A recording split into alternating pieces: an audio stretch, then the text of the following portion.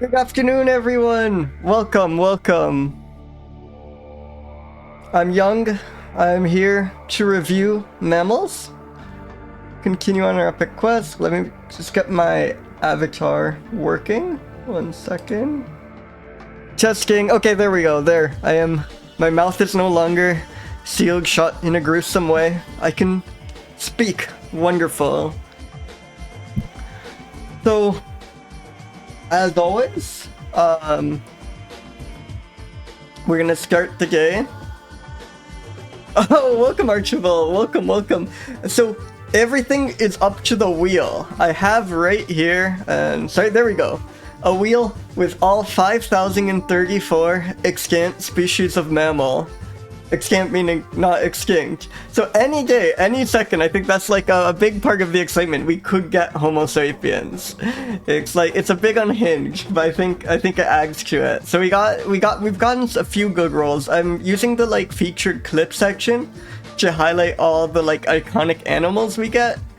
We got reindeer already, but last stream Thursday we got domestic sheep, which I think is easily the most iconic animal we've had so far. Just like ordinary sheep, you know?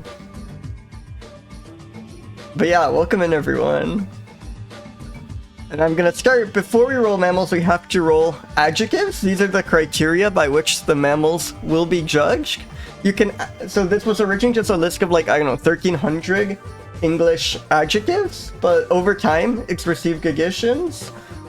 So by like redeeming 2,000 channel points, or donating $5 to a naturalist, you can add an adjective to the pool. Yeah, I should keep up. I've done a few games of Megazoo. The website is, I mean, it just seems like a nightmare to program, so I kind of understand, but I find the like website is excruciatingly slow and a little bit buggy, but I love it nonetheless. It's a very cool concept. Yeah, welcome everyone. So let's spin that first adjective. Yeah, welcome Jam, welcome Archibald, welcome Nimmer. Let me know how to pronounce that. Or if just... Second hand, that is difficult. That is really difficult. But I do only Vigo in like extreme situations and I can't justify Vigoing this one. If anyone has suggestions on how to grade animals on how second hand they are, I guess it's mostly a vibes thing. Like, does this look second hand? Does this look passed down? And I guess it could be taken like too literally. Like we could, if it has a two prominent hands, we could literally mean second hand. Definitely a challenging first roll. Are they little punks? Yeah. Second hand, no good. Is there a beggar shrew? There's like the, yeah, because there's the... There's horse. Yeah. I think we've got this. I think we can do second hand, yeah. Also, welcome Growing Grover all the time and welcome Farm Skags.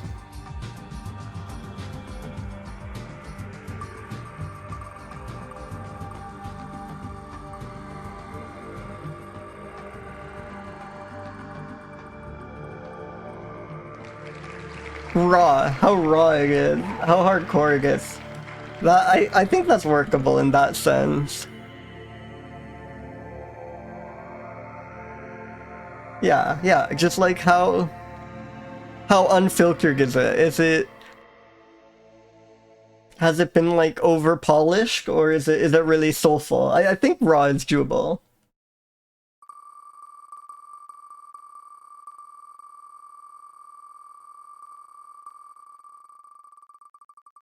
I think I forgot to loop the BGM. There we go. Ornery. God. Ornery has like... This is similar to like... It's the same orn as in ornate, right? It's like how decorated it is. Oh hell yeah, Farm Skags. I really need to play. Okay, I'm really... It looks like such an interesting game. I keep using the music from it and... Yeah, I really should play. Because I know those like cryo games have like they're a bit polarizing sometimes, but I think Leucogaster is considered one of the best ones. I think it's cryo games, right? I'm not getting that confused.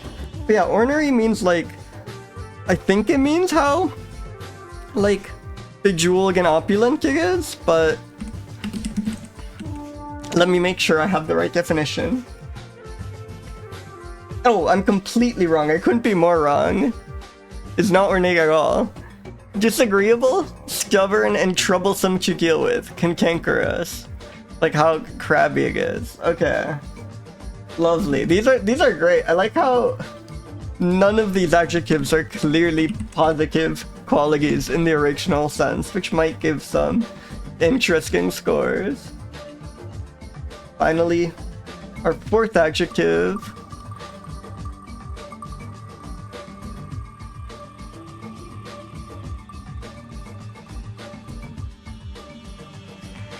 Impish. Oh, I love impish.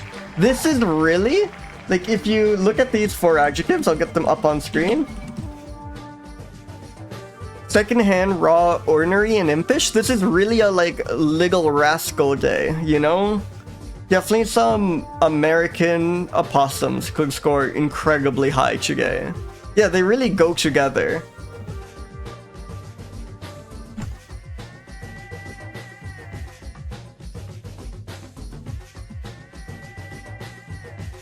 So what's gonna happen is I'm gonna spin the wheel. Though I do like asking, that's funny because that is actually a common question I have, which is what's a mammal that'll score highly today. But I have this wheel with 5,000 or something mammals, and I'm gonna spin it. Maybe I can demonstrate by showing it, because it is about time to review the first mammal. So we're gonna spin a random mammal, decide how it fares by these four criteria, write down any interesting notes, look for images, maybe even video of it, and then move on to the next randomly selected mammal. But yeah, if you have any suggestions of mammals that score very highly today, I am independently curious. Like, I think an opossum does quite well. I'm thinking really the American opossum, the like Australian opossums I think are a bit less rascal-coded, though they are also lovely. Welcome, Greedra. Good afternoon.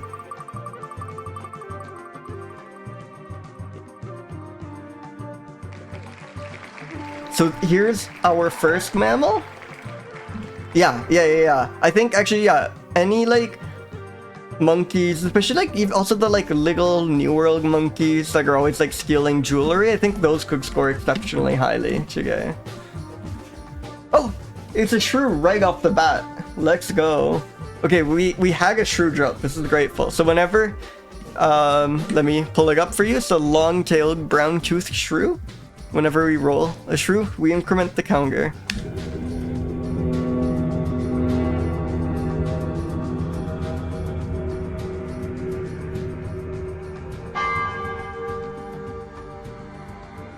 A hog? I could see a hog doing well. Yeah. They love throwing adjectives at these shrews. Every shrew is named something like the flat-footed, short-bellied shrew. Yeah. Not much information in Wikipedia. Let's see.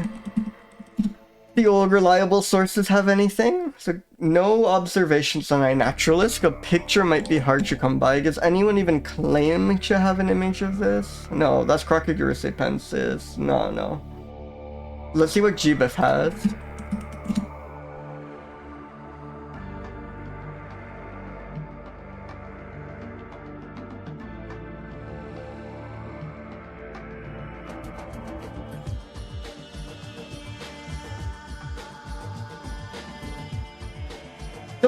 They're all over the place.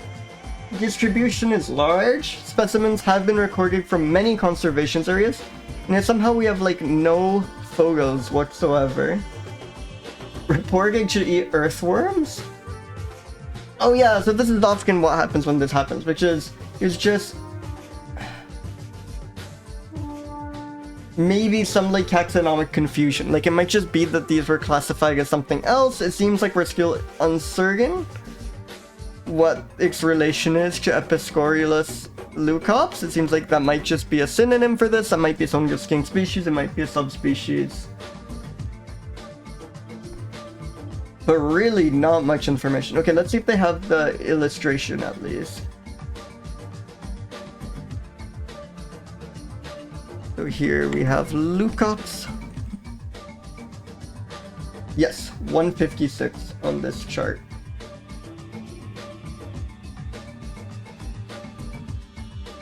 There we go, right in the middle. Very classic shrew. It does look... I guess shrews all kind of look like little rascals at this scale, but it does look, I think, a bit more mischievous than the average shrew. I think this might score well. Good dig should be a shrew.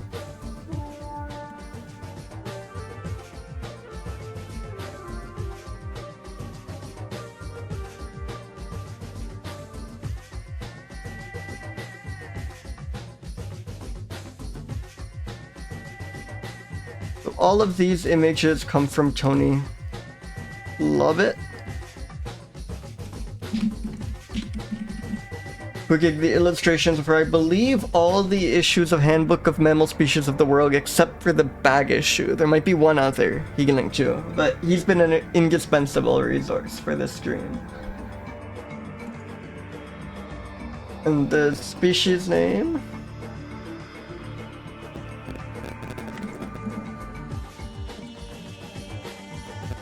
There.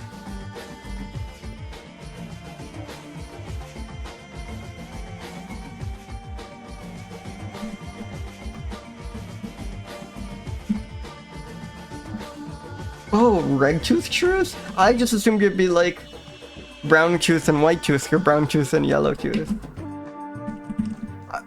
Wait, let's do this. Because I thought the like beaver thing was like some highly specialized bark gnawing thing. I wouldn't have expected another animal to have that sort of situation going.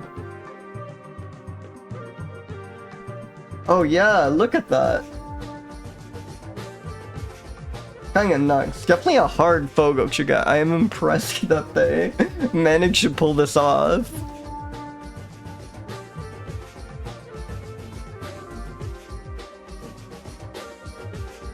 Look, sorry, this is not the shrew we're reviewing. Look at this. Look at this cutie. I love shrews so much. The little beady eyes are just... wow.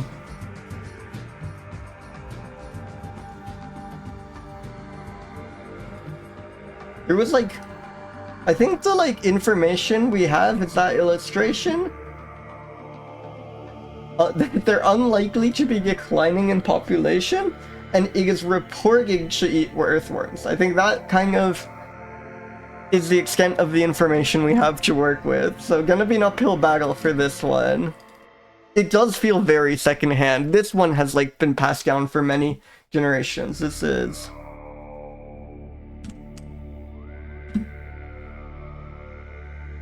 and it is quite raw. Like, it's unpretentious, it's doing what it is. It's maybe a bit conformist, right? There's a lot of shrews like this, so I think that does bring its rawness down.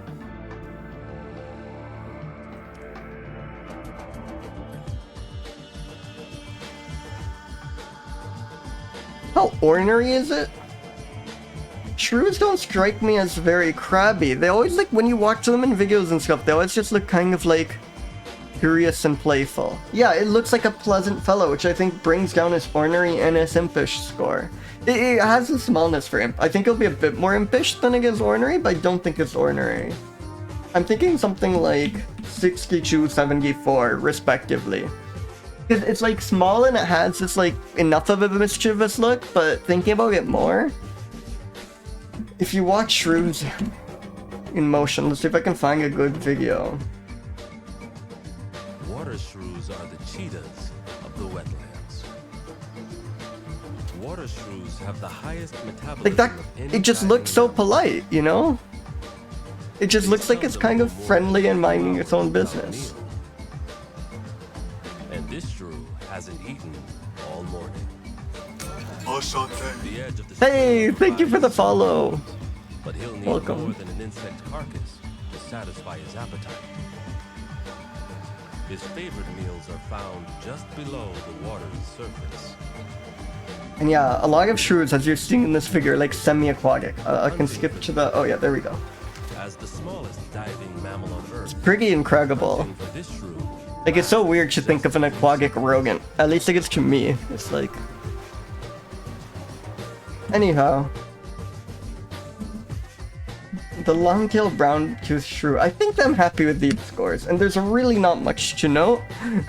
Reportedly eats earthworms. Crazy that shrews have brown teeth. That shrews can have brown teeth. Like the red teeth thing. Actually, can we see that? Again, I kind of just... I assume it looks a bit like the red teeth shrew. Yeah, sure is another shrew, exactly. There don't seem to be any images of the brown-toothed shrew's teeth. Yeah. Seems to be doing well. We just don't really care about them, I guess. It's always funny when they're like, this thing is thriving, it has an abundant population in many conservation areas, and yet in spite of all of this, there's not like a single photograph of it online. Like, just, I guess no one cares enough to take one. It's just another shrew. Poor guy.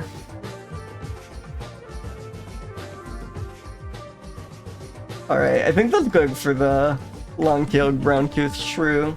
Any other additional comments we could have? I think that it seems like a sufficient amount of information given what we have. I think I'm happy with this.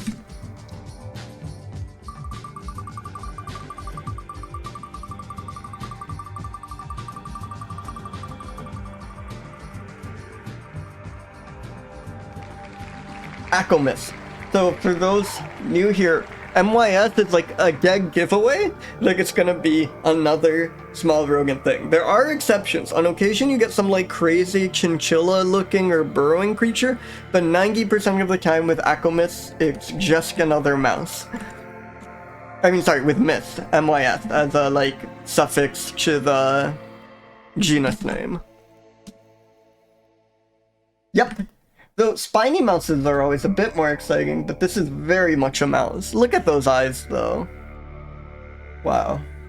The snout seems a bit strange. Like, it's pink for more of it than I'm used to, I think. And the, like, ears are quite papery. It's the first and only known rodent species that exhibits spontaneous decidualization and menstruation. I know menstruation is... wow.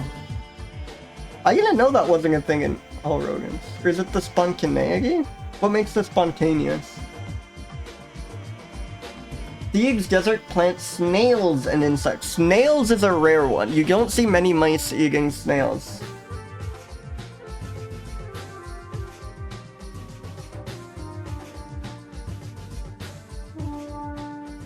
Often found in human dwellings. And then, like, it doesn't like sand. It tends to get towards dry, stony habitats. They have, like, a social structure. There's a dominant male. Adults in the group cooperating and caring for the young, with lactating females feeding any of the group offspring.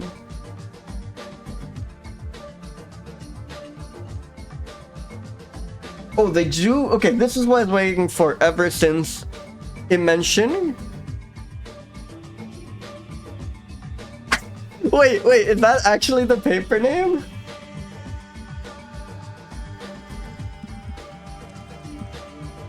Yes! Okay, wait, this alone deserves to be a note. Just in quotes, first evidence of a menstruating rodent, the spiny mouse.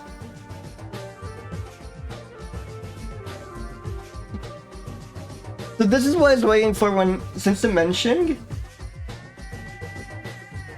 Yeah. Since it mentioned living near humans, was how do they interact with humans? Are they pests? Because that affects their impish score a lot. So this thing, when they live in the vicinity of humans, they consume crops, grains, and stored food. That is extremely impish behavior, right?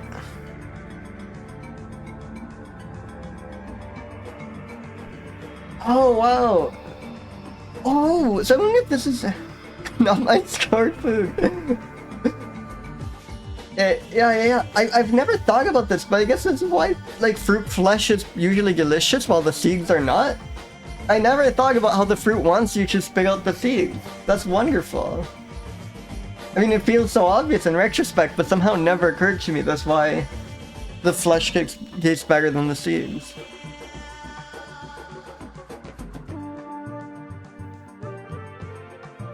Okay, let's review the Caro spiny mouse. Good image.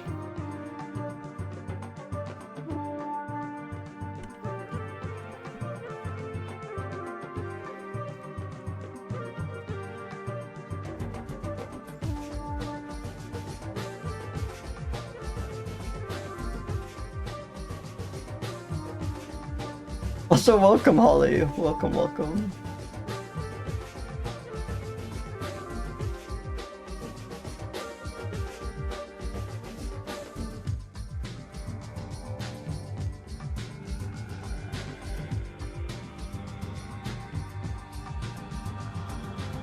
Yeah.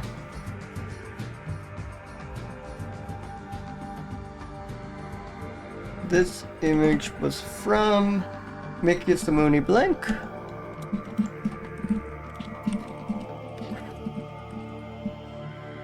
And of course, this is the Pyro spiny mouse.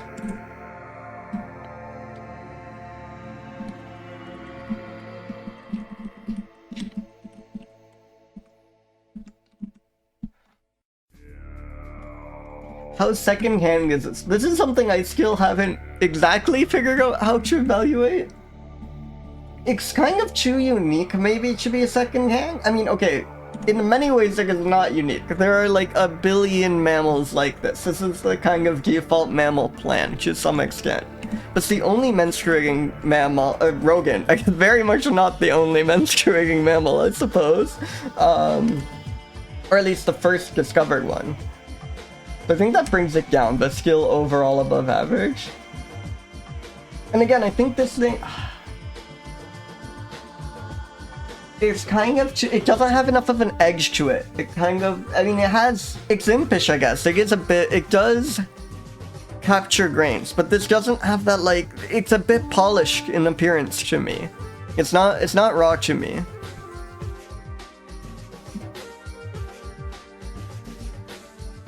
Maybe even like a 94.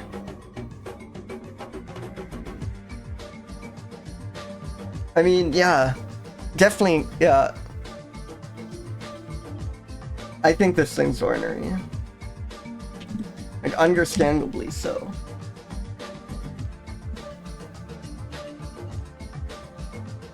And the stealing food thing definitely makes it impish.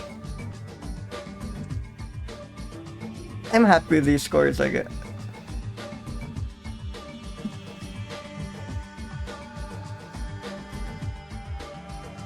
And now, yeah, let me just get the title and subtitle of that paper.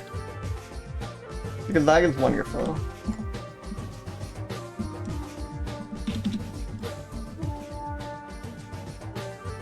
Feed. Bigger?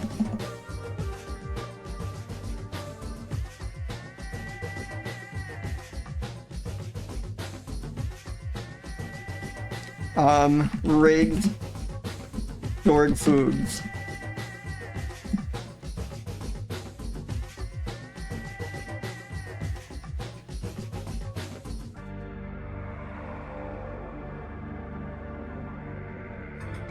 And I do like that they empty your houses in the winter because they dislike cold weather. That's very clever, very cute.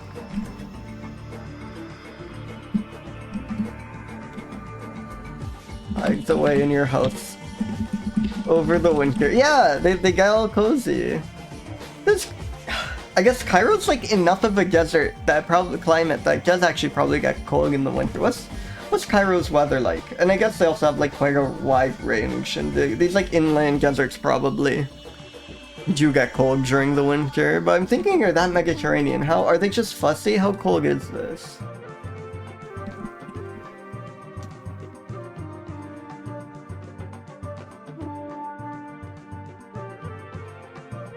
Yeah, they're a bit fuzzy. This, you can't really complain about this.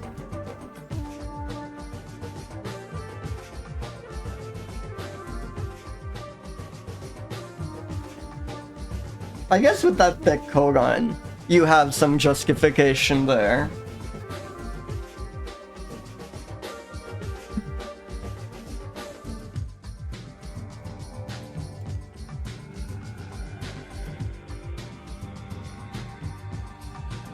Or, I mean, lack of justification.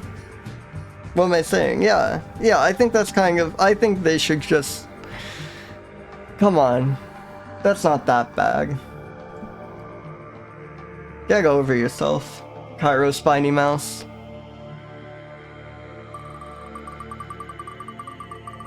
If it was like the Egmonton or the Oslo Spiny Mouse, I get it. I get it completely. Hippogulus? So that's like two-foogig? Harwood's two-foogig. Harwood's gerbil. So it's now reclassified as Gerbillus. So let's use that as our species name because it seems to be the more contemporary one. How many gerbils are there? I feel we've gotten a few. Oh yeah, there's a log of gerbils. Yeah, this seems to be our like fourth gerbil maybe?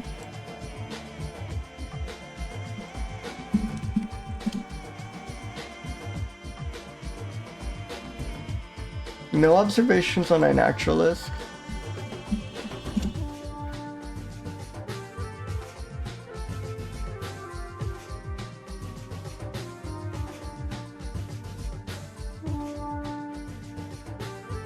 This species' relationship with Gerbillus botai was discussed by Pavlinov and co-workers in 1990. Awesome.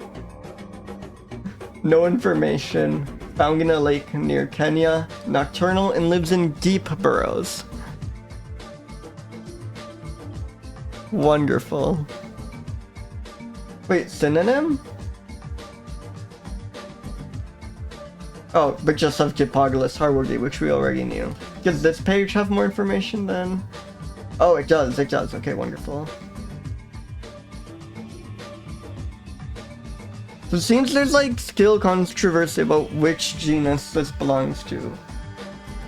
But actually, now I'm inclined to use this one again because that seems to be the Gibbet backbone one, maybe? So it might be a gerbil. We're still figuring this out. Oh, but gerbil, okay, I think it's a gerbil no matter what, because I think Hippologus is sometimes a subgenus of, we've cracked it. It's sometimes a subgenus of Gerbillus, but either way it belongs to the tribe Gerbillini. But the tribe Gerbillini is not just... Okay, I have learned from this I do not know what a gerbil is, and it's not clear if anyone knows what a gerbil is. But most of these get called gerbils. So at least by convention this thing is a gerbil, no matter what.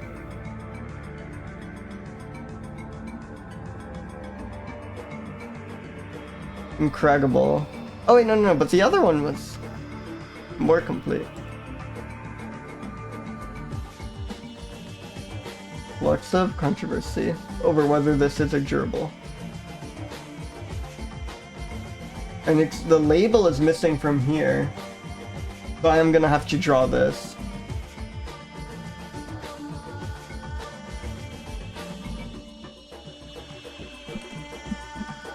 I believe. Let's one last look for images.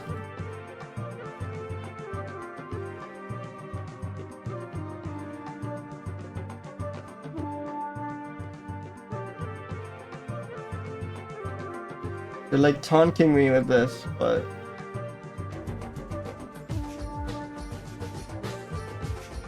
I think there's no observation. When there's no image we can find, I'm forced to draw it. Let's see if I can do an okay job. I'm gonna look at some reference gerbils. Gerbils can come in like this very nice bright oranges, I've noticed.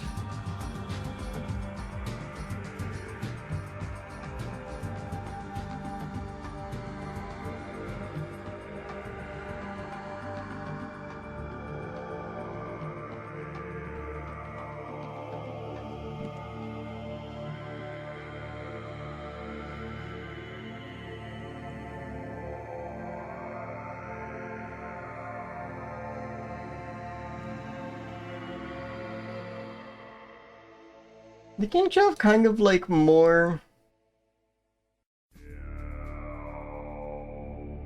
pronounced hind legs, I want to say, though I don't know if my drawing's really doing that justice. Something like that. Wonderful.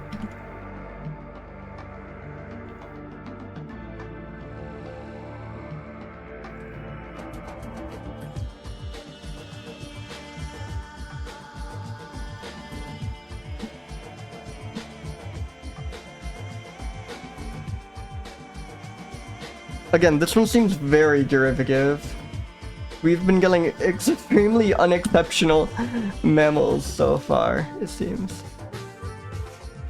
Yeah, exactly.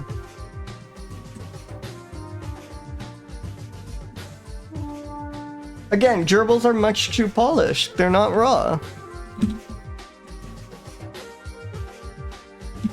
And gerbils are very well behaved, right? They're like plastic pets, which again means they're neither, like, you know, because you interact with them so much, you might think of gerbils as impish because one bit you once when you're trying to feed or something, but I still think they're much tamer. The fact that they, like, you know, abide by your presence to that level at all means they have to be a lot less impish than a typical rodent.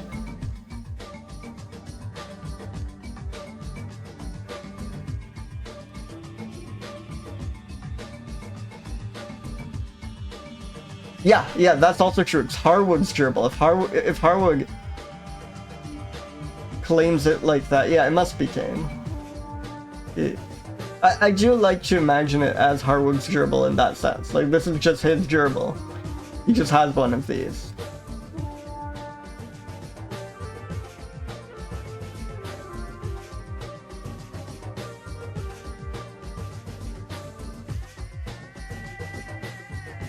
Then a log of these. Gerbils have these nice, like, bicoloration. I cannot. I really need to find how to connect my iPad. My hands are much too shaky to draw with a mouse, but I think that's part of the fun.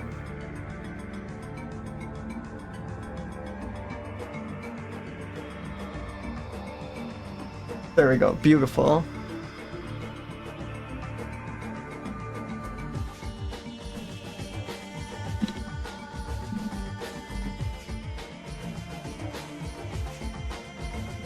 Lives in deep burrows.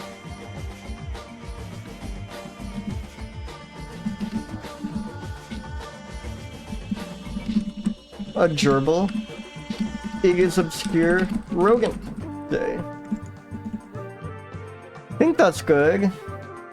Was there like any other information on this guy? Oh yeah. Might be a Gerbillus? That's certainly a Gerbillini. It's what we learn about its taxonomic status. I actually think it's kind of a Gerbillus. Well, no. Yeah, that was the debating part, whether the other genus was a subgenus or not. So it's Gerbillus is debated.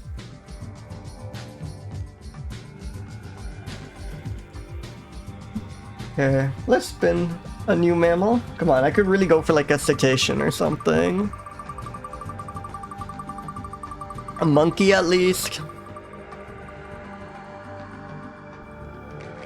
Why do I ever ask? It is another myth, but holy crap, destructor is an incredible species name. I don't know if I've seen a species name as good as destructor.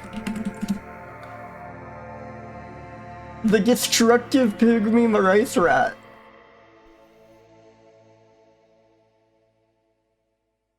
But is there no information at all about why it's called that? No, it's just calling that. Wikipedia provides no behavioral information whatsoever. You can't just call it the destructive pygmy rice rat and not elaborate.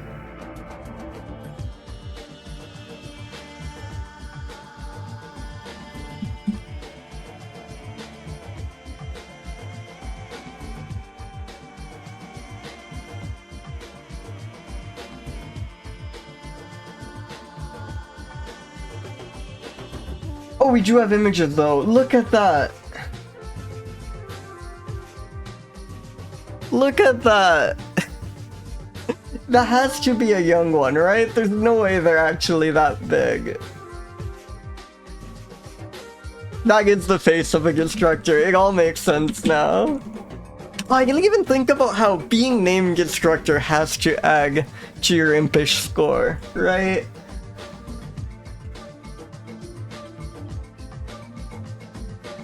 Let's check this observation. Do they give like I mean, you get the pygmy rice wrap. Maybe they are that big. I'm hoping.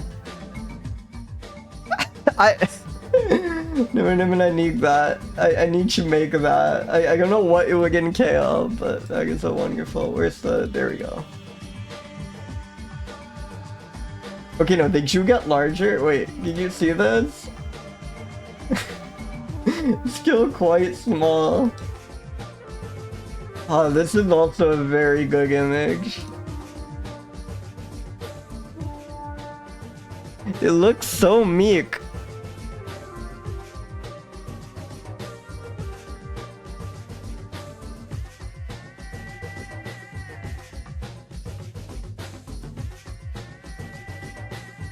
God, that is a thing of beauty.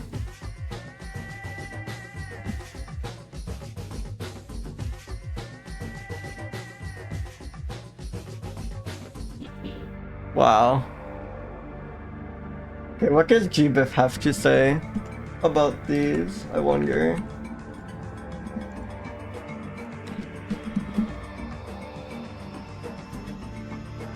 Oh wait, we were just there, weren't we? Yeah, I just got distracted by the image, that's right.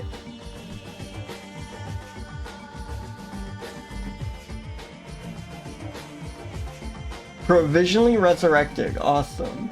Yeah, so it's considered a subspecies of something else. Which again makes you quite secondhand if you're just barely not your own species. Like you're only provisionally considered to be your own species. That's rough. There's really no indication whatsoever about why it's called that.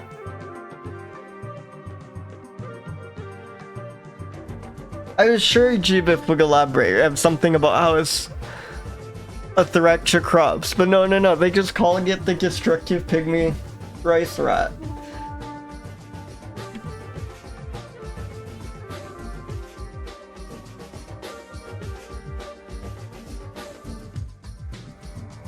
Incredible. I think the contrast between the name and the image on this is possibly the best I will ever get on this series. Like, you really can't ask for better.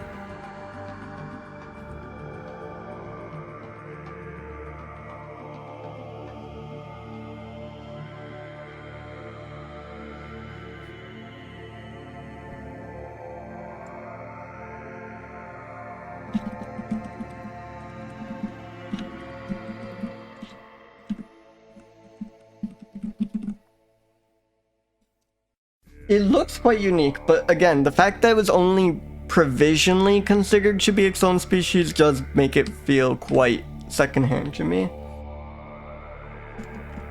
The name makes it feel... that's a pretty raw name, you know? It's like... it's cute, but in a more scruffy, less polished way. I think this one is extremely raw. Even like a 230. Ordinary, it looks okay. In this picture, it looks incredibly peaceful, but does look quite crotchety here. It does look quite cranky, and it's called the Destructor again, which we have to go by. I'm gonna say like a 204, and then it's gonna score exceptionally well because it is also. I mean, it's called the Destructor. We have to give it a high impish score, right? And it's tiny. It's a tiny destructor. I'm like talking myself into a 246 here.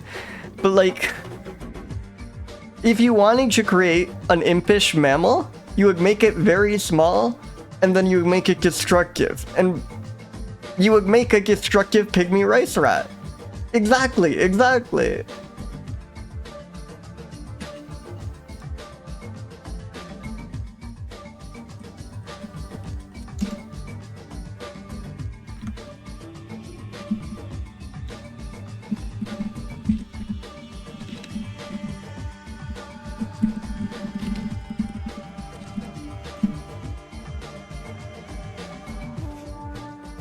God. That is really good.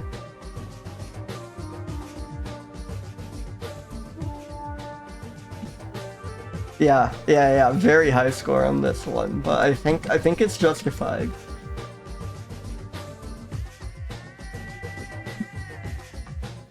Alright, let's spin another mammal.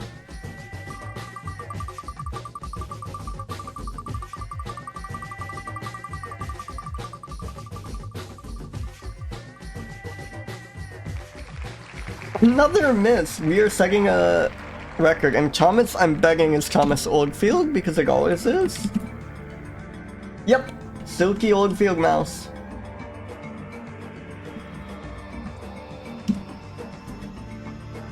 So something you learn during mammal reviews is that almost every mammal was first classified by Thomas Oldfield or has some other connection to Thomas Oldfield. And look at how spherical this one is. Also, you cannot tell me this image and this image are of the same species of critter. Like, look at this. This is like Chinchilla, this is a mouse. Like, these aren't even the same category of thing. And then this thing too? This is like a shapeshifter.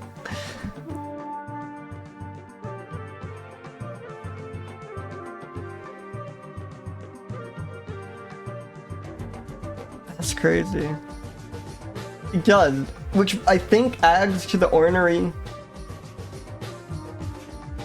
like score. Like, okay, here it looks like a sweetheart, but in this image and this image it does look like a bit of a grouch. God, which image should I pick? A log of good ones. I think this one I like a lot. Like, it has this kind of smug, but also you just woke up from a nap kind of image. Of course it's George Brito. All the good images are George Brito. Oh, thank you for catching that. I was wondering how on earth there were so many images of the silky Oldfield mouse.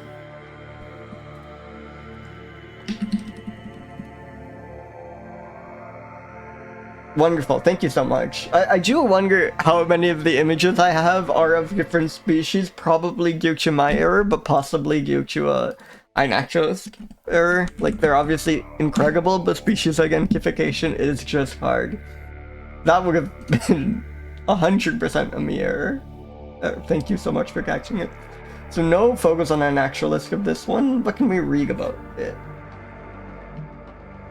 No, that's so funny. It's been all that time talking about how it's so ridiculous that all of those mice were the same species. Like, it looked completely different in each photo. That I really should have caught what was going on. I guess that explains it. Cinnamon buff Chitani olive.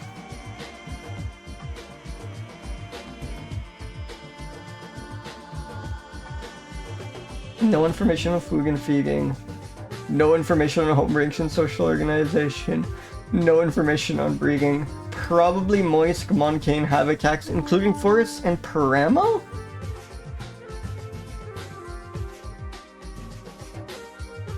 Whoa. New biome. It's been a while since we got a new biome. I know. Diet chew, like, probably eats insects is always very funny. But habitat is somehow funnier, because, like, how did they even find this thing? This is really cool. This is like, God, nothing is ever gonna beat out cloud forests for #1 in my heart, but this is like maybe a #2. This is like magical looking. I love these plants. Yeah, what are they? Actually, I love both of these. You have these like really weird, like, these almost look like, I don't know, like wasp nests or something. Like, they're definitely a plant, but they have this like really strange layered look to them, or like really tall pine cones. And then you have these like, yeah, maybe cactuses. They do have those like hardy leaves.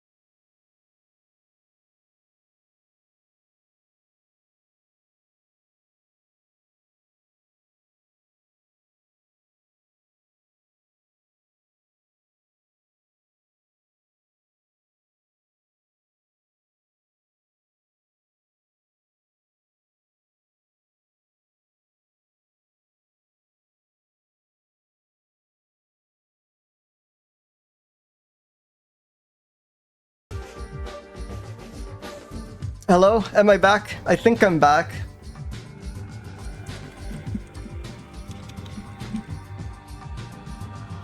Yay!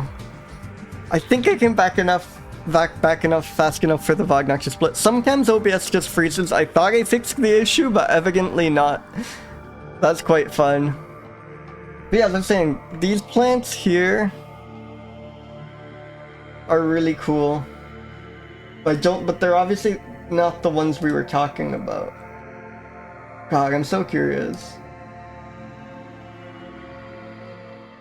Crested roses. Oh, it does say in the image description. Sub-shrubs. God, I should do, after I'm done the mammals in like a couple of years, I should review all sub-shrubs. I think that would go crazy. Especially like look at all these reg species links. See, this is why I went with mammals. This is what happens if you try and review the entirety of any other taxonomic class. You get hit by this. But hey, more Xanias there.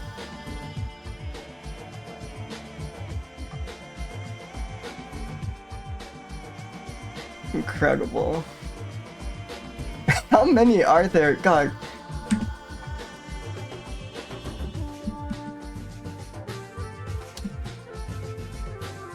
I don't know why I thought typing in plant species would give me... I should just... 380,000 known species. Trees are like relatively new, right? Like sharks are older than trees is always the crazy fact people give. I think the sharks are older than the rings of Jupiter. It's like way more insane to me. Yeah, we could get through that. So let's see, it's like 5,000 mammals takes 2.5 years. So this would take like, I could speed it up a bit. I bet if I really tried, because the plant ones would go faster because there's less information. I think I could do this in like 80 years. Like I think I wouldn't be breaking the record for human longevity. I think I could do this without breaking the record for human longevity, but I would have to live like exceptionally long. But it could be like a hereditary project, you know? Like at age 90, I choose a successor to continue reviewing the plants. Maybe that's what I'll devote the rest of my life to.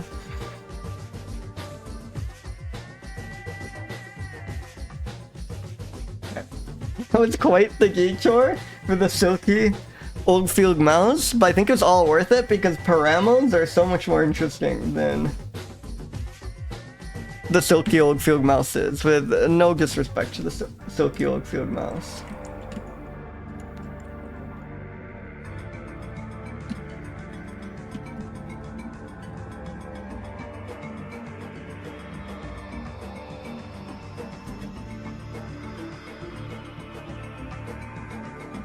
Now, did it have an illustration? Oh, I think I see it there. Yes, 631.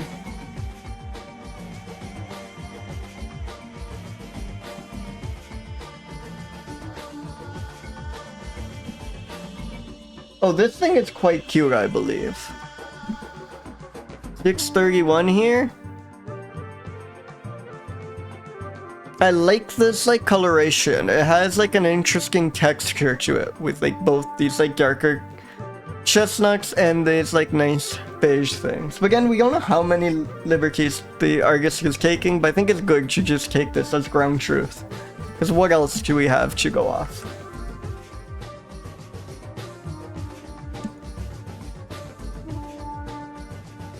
I messed that up. It was 6. Oh yeah, I'm looking at 6. Yeah, no, it was 631. Yeah. Excellent. Let me actually recrop that,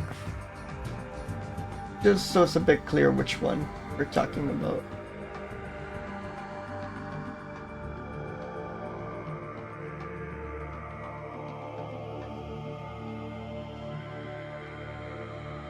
Beautiful. And I swear there are mammals which are not rodents. Rodents are like a third or 40% of all mammals. This thing seems quite secondhand, very secondhand even. It's like hardly its own thing. Raw? Again, a bit... I think it's like raw but not insanely raw. It's got an edge to it, but still kind of a sweet little mouse thing. Yeah, I think even that's excessive. I think like 154. Ornery? Silky does not read as crabby to me. Actually, Silky doesn't read as very raw to me thinking about it more. That thing is like too... yeah. Too silky. It doesn't strike me as particularly impish. There's like no one for behavioral information, so I don't know what we have to go off.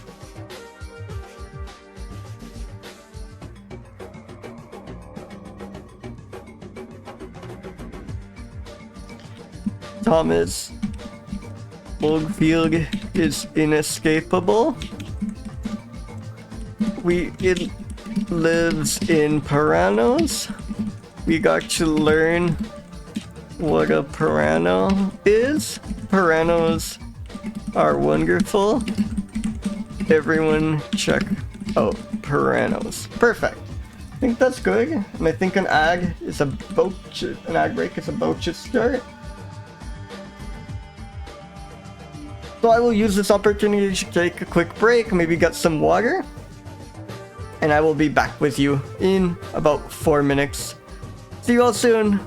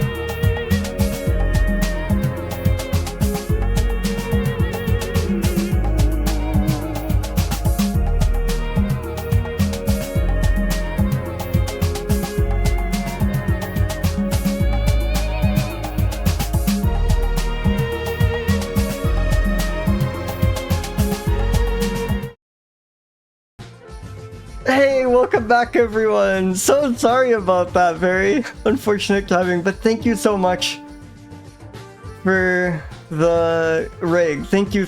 Welcome Salig Forest, welcome Thelon, welcome Archibald, though I suppose you here, welcome Ryle Kyle, welcome Cubert3, welcome everyone, welcome. Oh, Jogon Pakshi, I'm like, wait, that is the Shmump, right? I'm not getting it confused with another similarly named game. I am like terrified of the idea of playing shmups, but I love to watch shmups. That's like, yeah. I've been watching, a lot of people have been playing Arm Bat Riger too recently, and I've been watching some of those. I hope your runs went well. Are you? Hell yeah. Are you going for like some specific challenge or just like playing for fun? So I should introduce myself. I'm Young. I do a stream where I review every single species of mammal. Hey, good luck beating the game. Yeah, I could never, like, I don't think I could beat any of those shmups, so even going for that is like insane to me. I have like horrible reflexes. So the concept of this stream is I review every single species of mammal. I have a wheel with all 5,416 species of mammals that are alive today. At least most of them are. The information is a bit old, and unfortunately horrible things happen with the passage of time. But every stream we roll 4 random adjectives, and those are the criteria by which we review the mammals. So we just finished reviewing the silky old field mouse. There was no photo of this one, but there was an illustration. You can see it right there. The adjectives we rolled today are quite challenging. We have secondhand, raw, ornery, and impish. So we're reviewing the mammals we got. It's mostly been rodents today, nothing crazy, but yes, last stream, Thursday, we got domestic sheep. So you never know. We also learned what a Pirano is. Or Paramo, sorry, that is a typo. Check out Paramos. This is like the biome it lives in.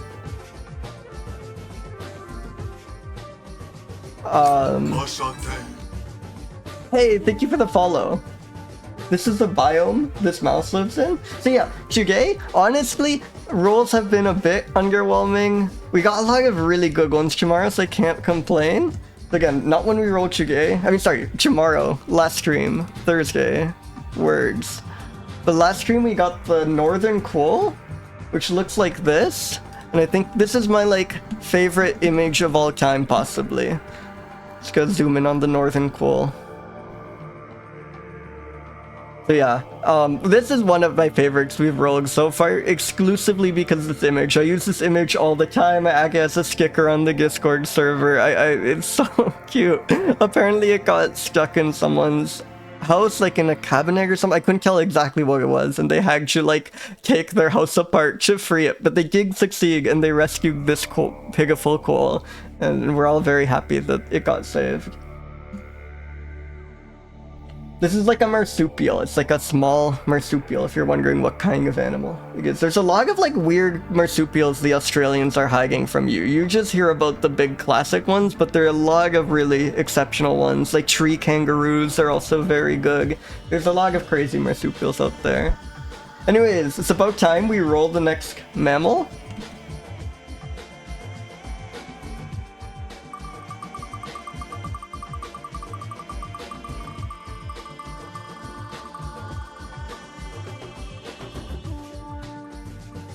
Hey Malive, welcome.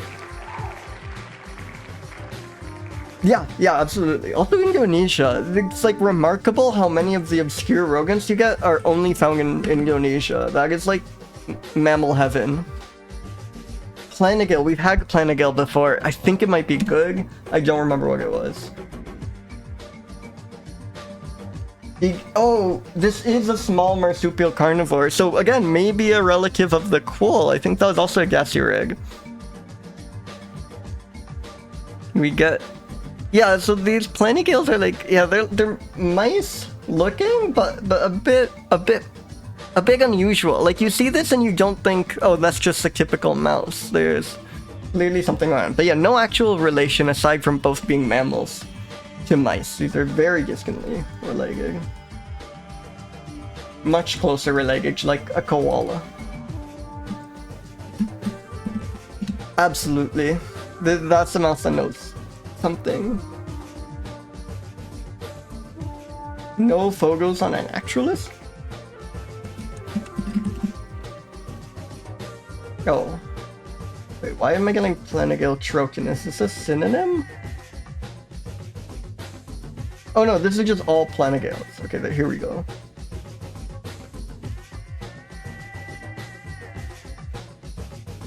Hey, happy persistence day.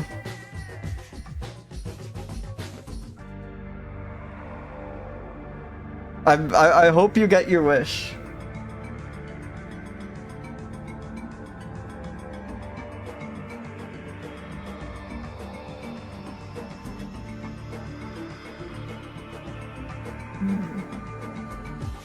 No specific information, but they've survived in captivities for several months, fed strips of beef, cicadas, and beetles. Somehow I suspect this mouse does not eat beef in the wild. It would be quite exceptional if it did.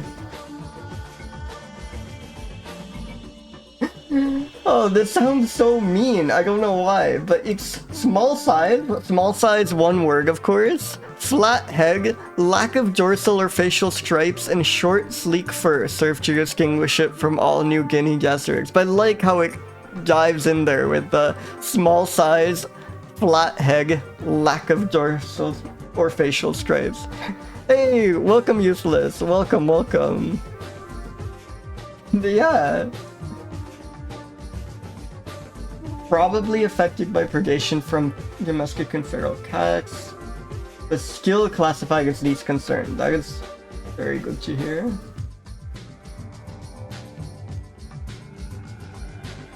Okay, so no images it seems. Do we have illustrations?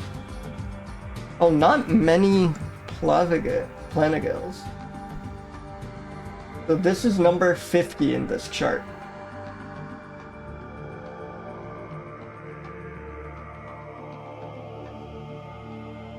Where are you? There you are, right in the corner. I love this action pose they give it. It's like back is arched, it looks ready to pounce. Which I guess will increase its impish score for the game.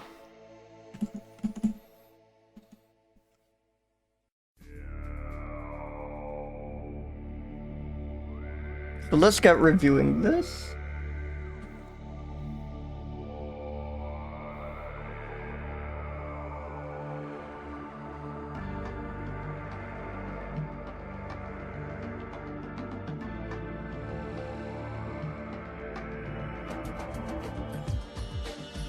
Wait, still have that. Can I paste the... Oh, I did not paste the species name. My apologies.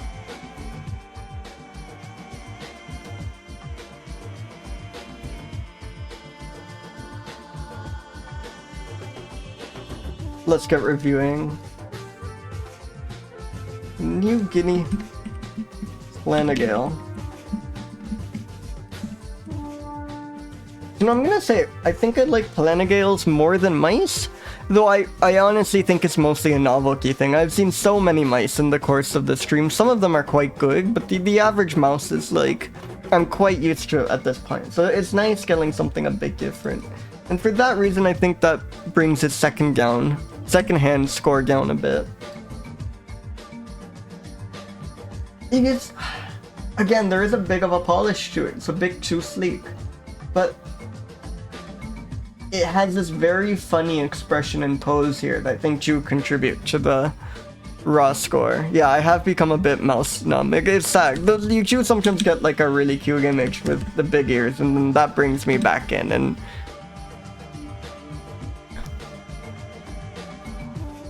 does this look crabby to you? Again, not... Actually, how ornery is this? The beef eating thing, that... No...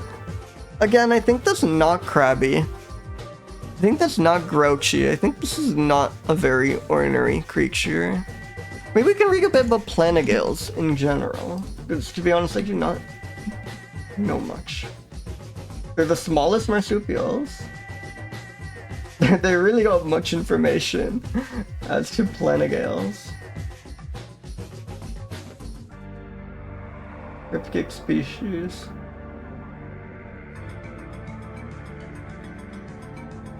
Yeah, I think we're kind of flying blind here, but I'm gonna say it's not particularly ornery. It does look a little impish, actually.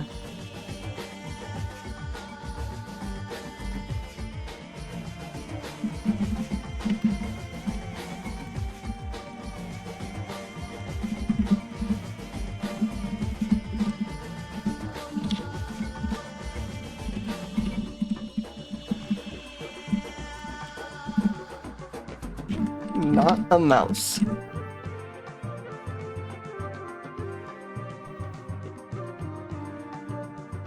And I think good pose is my last note. Not a lot to say about the New Guinea Planigale. I feel we're like due for we're due for a primate at least. These have been some tough rolls.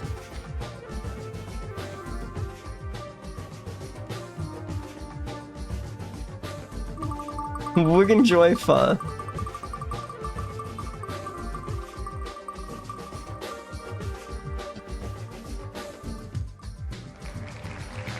Nope, another miss. We are in Miss Hell. Gonna be another Rogan. Buff belly, fat tail, mouse opossum. We are setting records for descriptors on today's stream.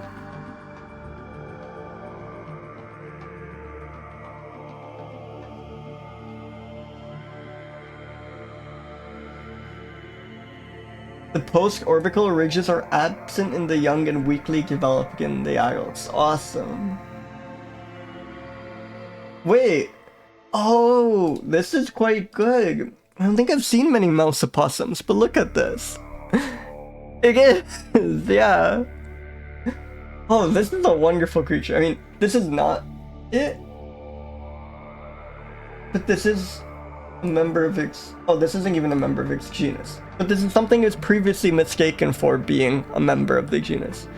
Here's the elegant fat-tailed mouse opossum. This is very good, but the fact that they named this one the elegant one might mean it's like unfair as a standard. Let's see if we can actually find any images of this one, but I'm a bit skeptical.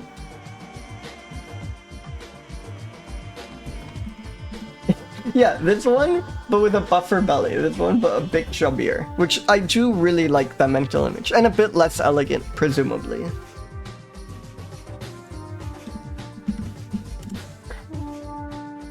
Wait, is this real?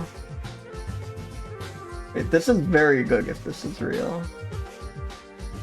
I don't know if I trust random person on Reddit.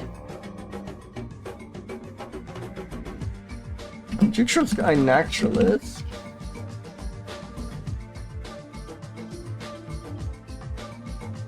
No, but this is a different one. This is the dwarf fat-tailed mouse opossum.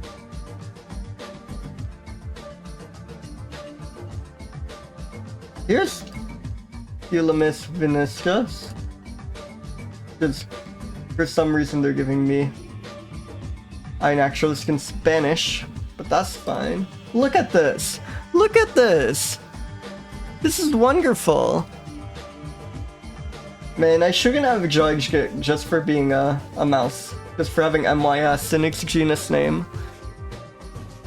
I wish I had an iNaturalist grandma. I love iNaturalist. I didn't know about it before starting this stream project, but it has been like a huge help to me.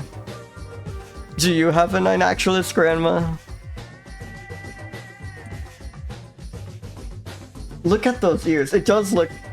it does look like it dreams of flight. It looks almost magical. That's so cool, Solid Forest. That's wonderful. God. Well, I should read a bit more about this, I guess, before we review, but let's put that image in here.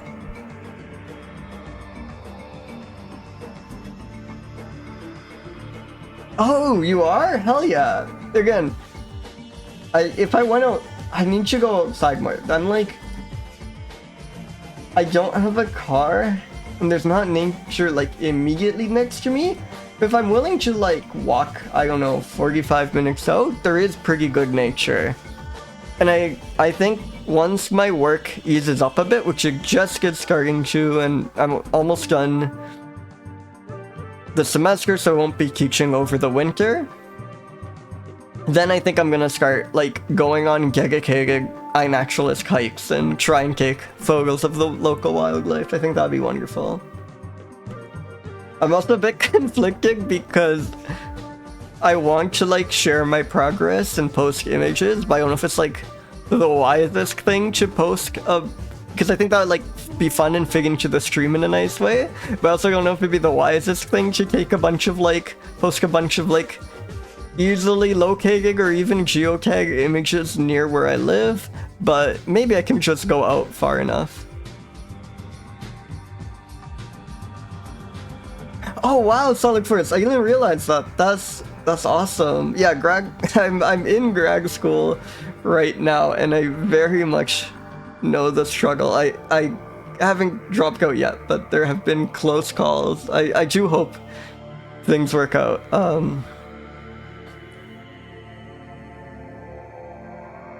Oh yeah. No, I'm like, I think a lot of people assume I have some biology background. I very much do not. I really just envisioned this stream because I love going on like Wikipedia deep dives. And I wasn't even ever like a particular, I never even was like particularly an animal person. Like I obviously like animals, but wasn't ever like a big, I don't know, aspect of my personality, I think I talked about a lot, but this stream has very much changed that. Like, I am very much learning to appreciate these. But really, I think it was just the idea of, like, an exploratory mission of, like, reading all this, like, information about these obscure topics and going on these rabbit holes that, like, got me into it. But I've been amazed by the amount of people who have, like, shown up in chat and actually, like, known a ton about these subjects. It's been very, very cool, the amount of, like, information I've gotten from like people showing up in chat. Like somehow I've accidentally attracted a lot of people who know a lot more about animals than me to my stream, and that's wonderful because I love learning about these. Anyways, let's review the buff-bellied fat-tailed mouse opossum. Let's read a bit more. Is there any good GBIF info?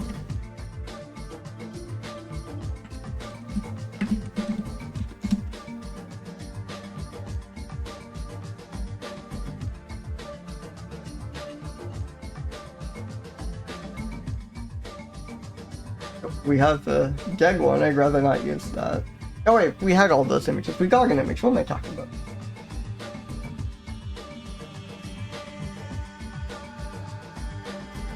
This is like the exact same information in Wikipedia. I think whoever wrote the Wikipedia article just kind of pasted information from here. But yeah, kind of data efficient conservation status. A lot of descriptive information that we can already glean from the photo. Oh, another new biome, Yungas. Will these clear paramos? Oh, that's excellent. I don't know if it's quite paramo good. But that is extremely strong. And yeah, absolutely. Look at animals, is awesome.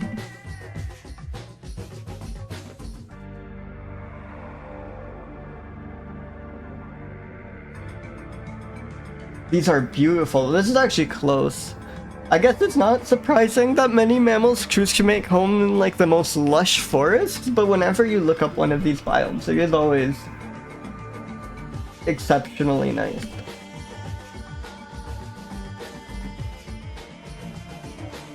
But yes, they're also Bolivian and Argentine. Oh, that is beautiful.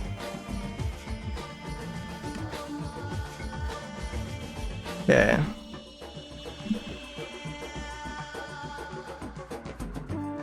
Let's review buff-bellied fat-tailed mouse opossum.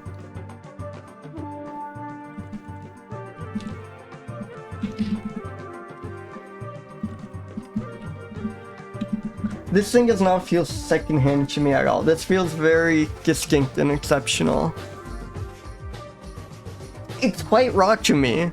It's like strange in a good way that I think is what's giving that to me.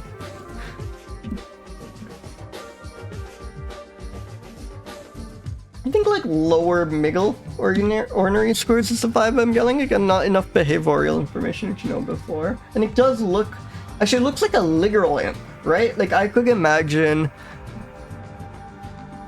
some fairy tale where there's like an evil floating purple one of these or something, you know?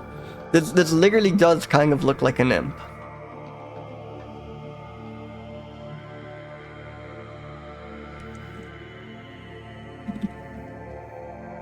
It's like 185 even. I want like actual information about its behavior, a bit more mischief. Yeah, absolutely. I love this one. It doesn't... Though I think imp in general is mostly a non-derogatory word when it comes to these mammals. Like, I mean, unless it's describing their behavior, but even then, I kind of love a mischievous creature. Mischievous? I think both are okay. But when an animal looks impish, I think that's just delightful. I very much mean it in a positive way. Incredible ear situation. Really neat guy. Oh yeah, wait, I should update the image credit. This was Agustina Murdia.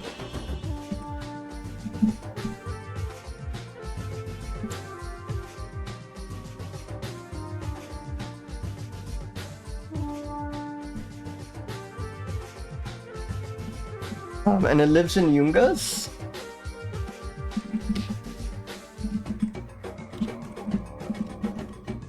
Yungas are cool.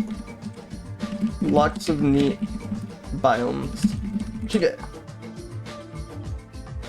Hell yeah. Tag is just a really, really good trigger. Again, I love when you get the ones where it's like, I had no idea, like it makes sense that an animal looks like that exists, but I had no idea there was an animal that looked like that. You know? That's like a completely new kind of creature to me, as of today.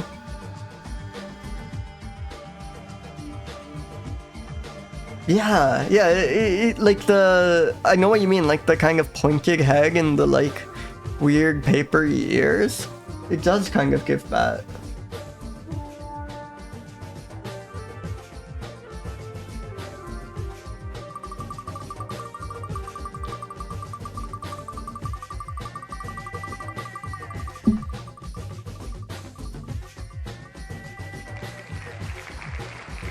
Chaerephon? Leucogaster.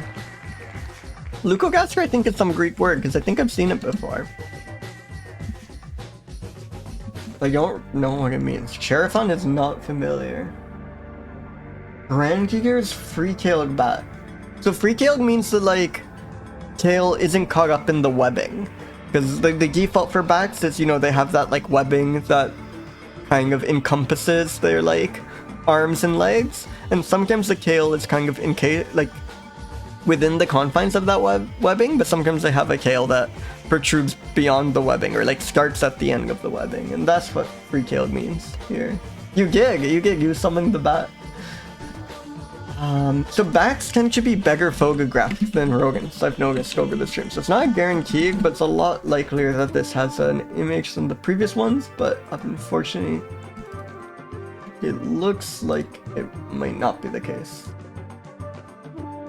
Yeah, this is just some other member of that genus. I don't trust this random 246 view YouTube video. But at least we might have a GBIF illustration.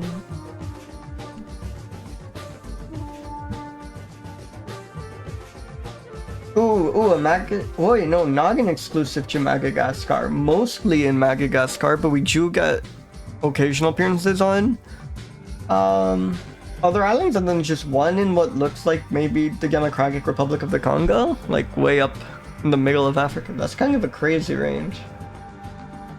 I guess that's what you can get away with when you can fly.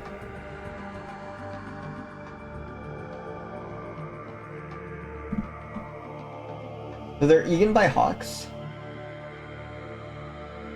Dry open woodlands, giggling habitats in urban areas. So city dweller. Oh, that's possible, yeah.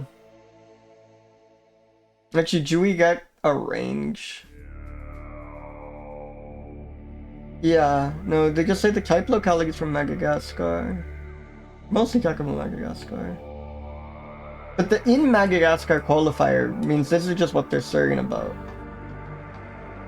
Does Wikipedia try to give a... Just endemic to Madagascar. I think you might be right. At least it doesn't seem like there's confirmation yet that these live outside Madagascar. And there just seems to be a kind of taxonomic... I know. Have you seen Tenrecs? Tenrecs are Madagascar exclusive, and they're crazy. So, I mean, you see all of these great hedgehog things, but this does not give you the full extent of Tenrecs. Tenrecs are like... Tenrecs are crazy because they're just like one thing that ended up like spreading out to cover the whole mammal spectrum. So Madagascar has its own version of like a bunch of different like small mammals. So there are Tenrecs that look like hedgehogs, Tenrecs that look like shrews, Tenrecs that look like opossums, Tenrecs that look like rats, and Tenrecs that look like mice.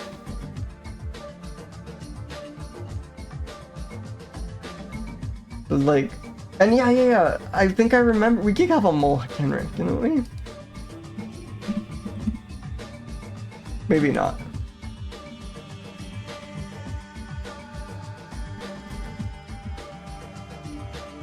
Oh no, yeah, wait.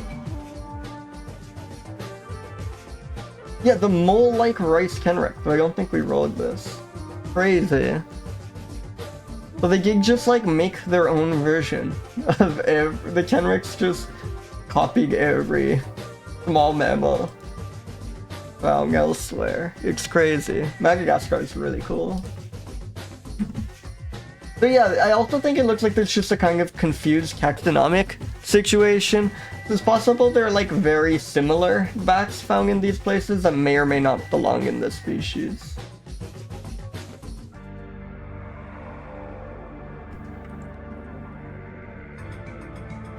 It's image 64. It's the leucogaster. That's good. It's like, wait, 65? 65? Is 65 just 64 but rescaled? This is not Tony Lobbit because this is the bat issue, and unfortunately there are like many illustrators on the bat issues, so I don't know a way of pinpointing down exactly who did this illustration. But whoever it was, did they just stretch out the image of 64 to make 65? It's like a spot the differences color. I think the hind legs look a bit darker in 65. The coloration might be a bit different. But for the most part, it looks like they took the same image. 65 might be smiling a bit more. Wonderful. I mean, fair enough. They usually have like no information at all to go with.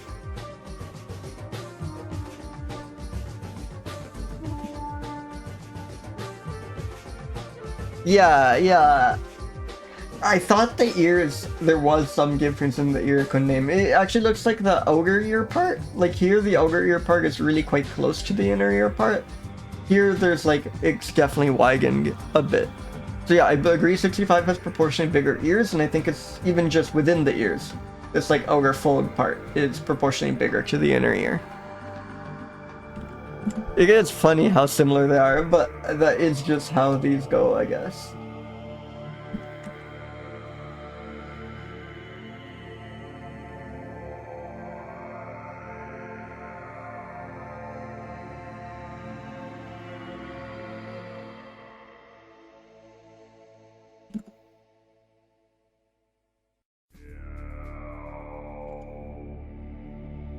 It's the species name. There we go.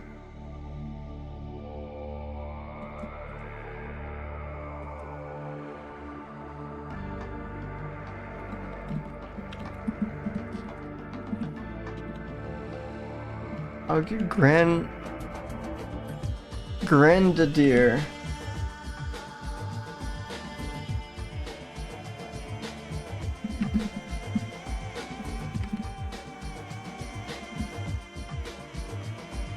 Being named after a person like that, like being Grenadier's free-tail bass, does give kind of...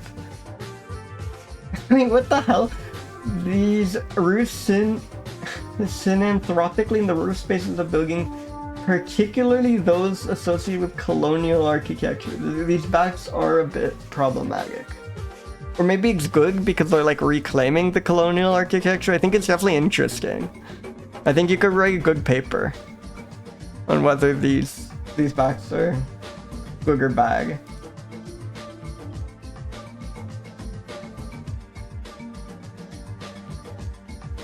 So live in an exfoliating gentry. But colonialism aside, it's very funny to me. I mean, it makes sense thinking of what the bat needs, but it's very funny to me for the bats to have a preference in an architectural style, right? It really feels quite snobbish.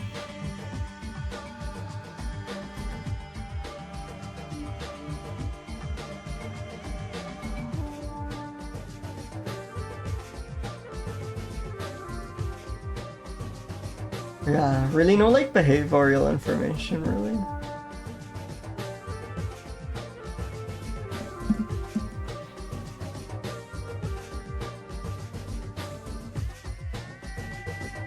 It feels quite raw to me. It's got an edge to it. Bad strike me as very ornery. And very impish. Especially like nesting and buildings, that's quite...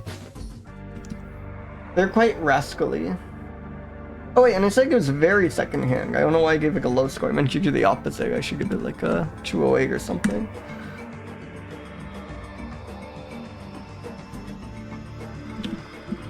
Refers colonial architecture.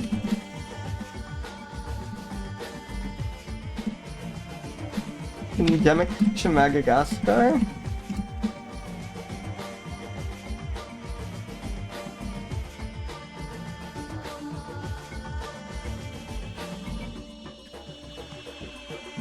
They live in buildings.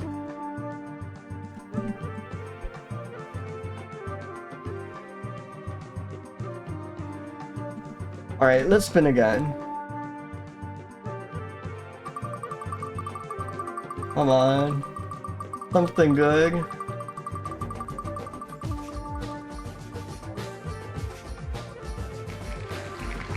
Atlantoxerus. Exciting names like that are often a good sign. Dearest, I'm trying to think if I've seen... Oh! It's a squirrel! Hey! That's quite good. Squirrels are much rarer than mice. So I have to hand it to them, at least by the nature of this stream. Yeah, it's not a mouse. Ooh, interesting range. Very limiting. Yeah, it is kind of preposterous to give a name like Atlantoxerus to this ground squirrel. It is way too anime of a name to give to a ground squirrel. It is wonderful though. I love this like coat. It's a much fancier coat than any I've seen on a squirrel. Like the stripe is very elegant. And yeah, the eyes are evil. Actually, this looks really impish. This image at least, extremely impish. First described by Linnaeus, so it's like one of the classics.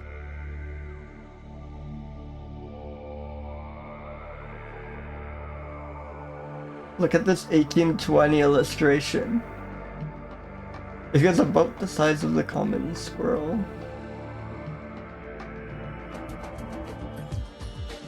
It gets a bit chipmunkish. Aren't chipmunks technically squirrels? Squirrel is a much bigger category than I thought it was. Like, I think a chipmunk is a tree squirrel even. Yeah. Chipmunks are a kind of squirrel, so it does make sense that you get these kind of intermediate animals. Hey board fan, welcome. It would live in the contested. Yeah, see, that also adds to the impishness.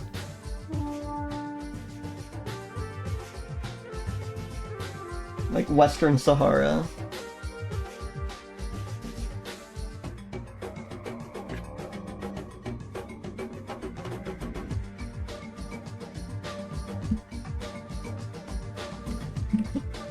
Let's see more images.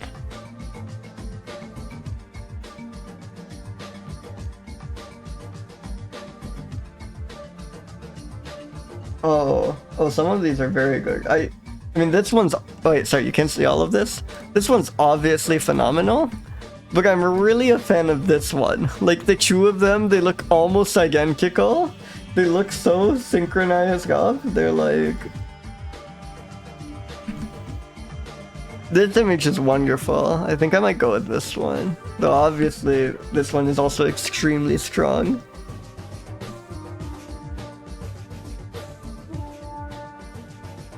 Oh, there's someone's blog about caring for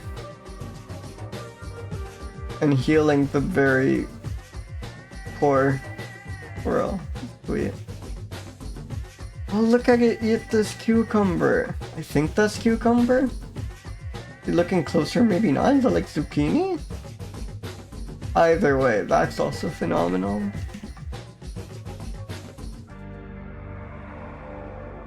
The finger pointing ear is extremely good.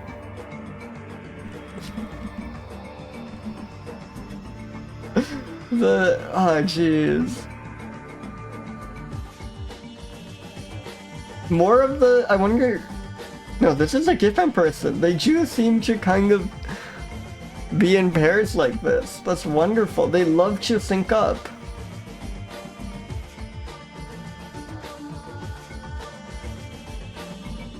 This one's so chubby. I'm a big fan of the Barbary ground squirrel, even if it's not the craziest mammal we've seen.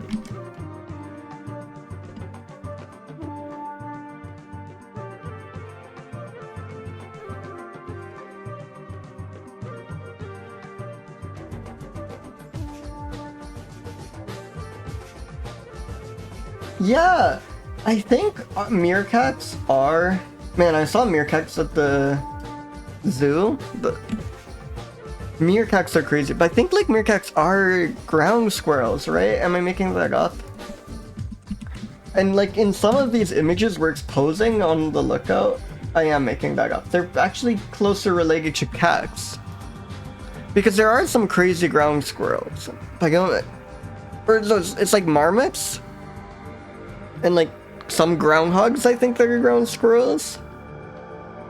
Meerkats are apparently like feliforms, so they're like carnivores closer related to cats than they are just squirrels. But they have this similar like bipedal on the lookout look to them. I guess it's just convergent evolution.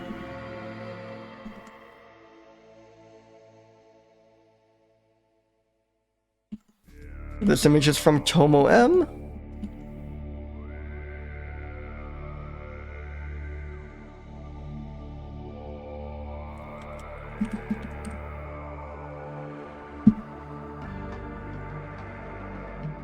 The Barbary round squirrel.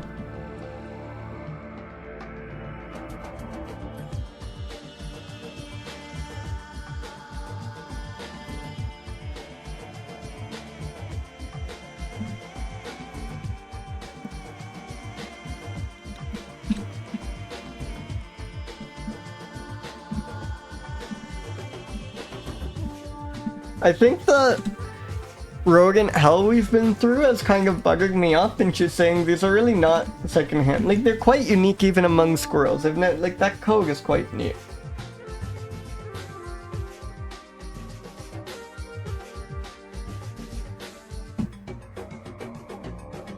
Are they raw? I think they're a bit too refined, right?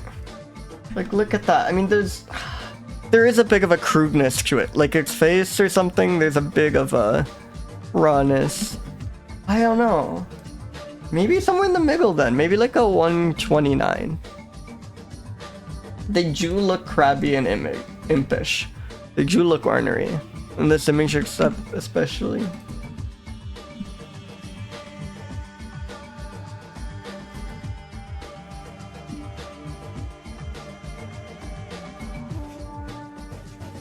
Good coat on this one.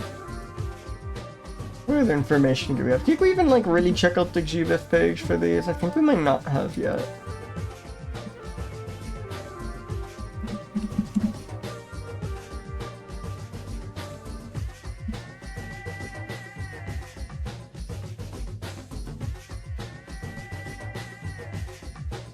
Several males often pursue one female.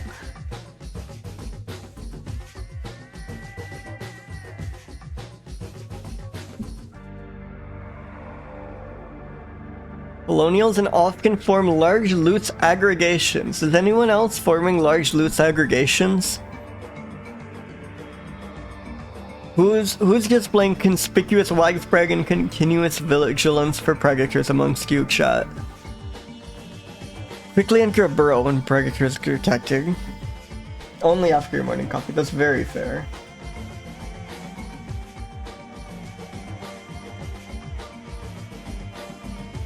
Males call repeatedly from stone promontories within their home range, apparently to attract females and guard their home range. Species collect around these promontories. It's like, hey, please come to my shit-covered stone promontory. Please, I am begging you. Jesus. No particular thrusts. It has become a pest, so that does reinforce our impish score, thank God. It will another snail eater. What are the odds?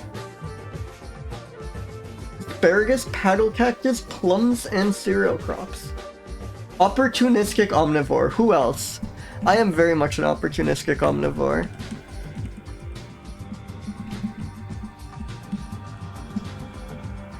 Plums is a rare. You get a lot of things that eat figs. Plums is a bit of a rare fruit you get. And asparagus, I don't know if I've ever seen. So that's pretty good. Spurge and mustard. Paddle cactus. It's like one of the iconic kinds of cactus. Yeah. That is what I was imagining when I thought of paddle cactus. Yeah, the prickly pear. Awesome. Burge.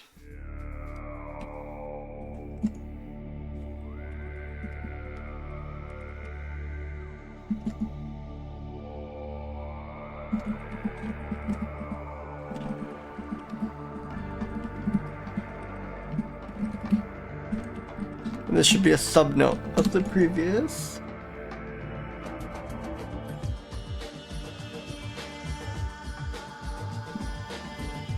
And pest. Always good. Note when it's the pest.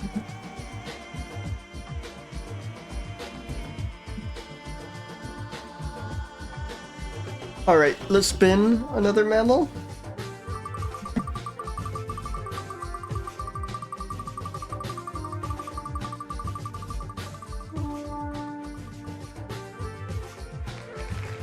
Niviventer, very exciting name. The brotherly Niviventer. The sign's kind of like a bat name. Oh no, it's the white-bellied rat. The Montane Sumatran white-bellied rat. What do you think makes this fraternal? I hope we find out.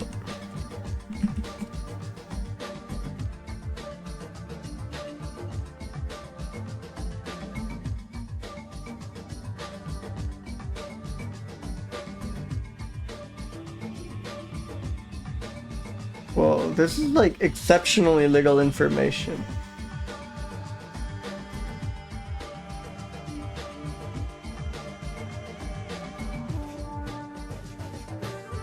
And lots of dispute.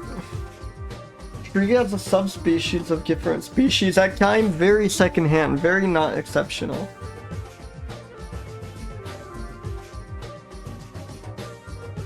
Okay, really not much information. We do have a jag specimen. Very much a rat. The Niviventer is like a genus I haven't seen yet, I don't think. But here's another Niviventer.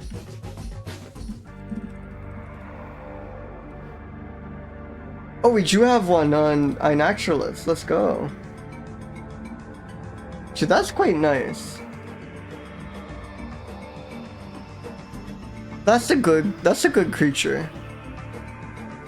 I like that it has a like mask situation. I love that its head is a different color from its body. And it's got these nice like darker over spines or whatever. I think this is a good looking critter and it looks kind of unusual. So I think you're starting to see like how much I've adjusted to just looking at rats all for 7 hours a week or what have you. This is an exceptionally good one by my standards.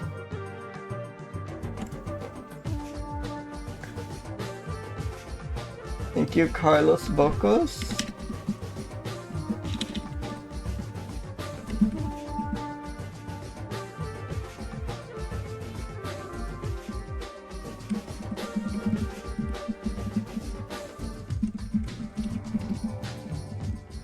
Wait, that's the common name. Why am I putting it there?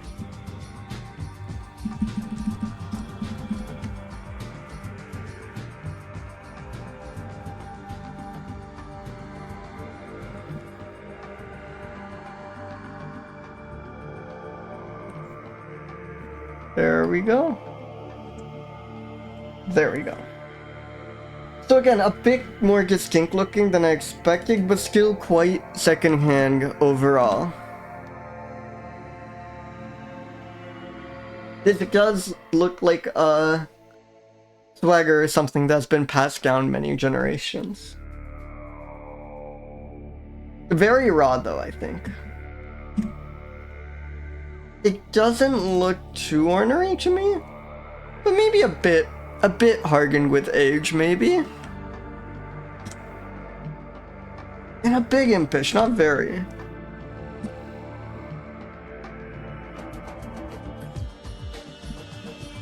Cool mask. Might be its own species. We're not sure. It's a rat. I think that's good for Niviventer fraternus.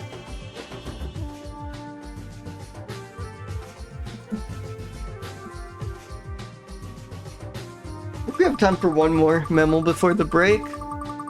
Let's see if we can get out of rodent hell.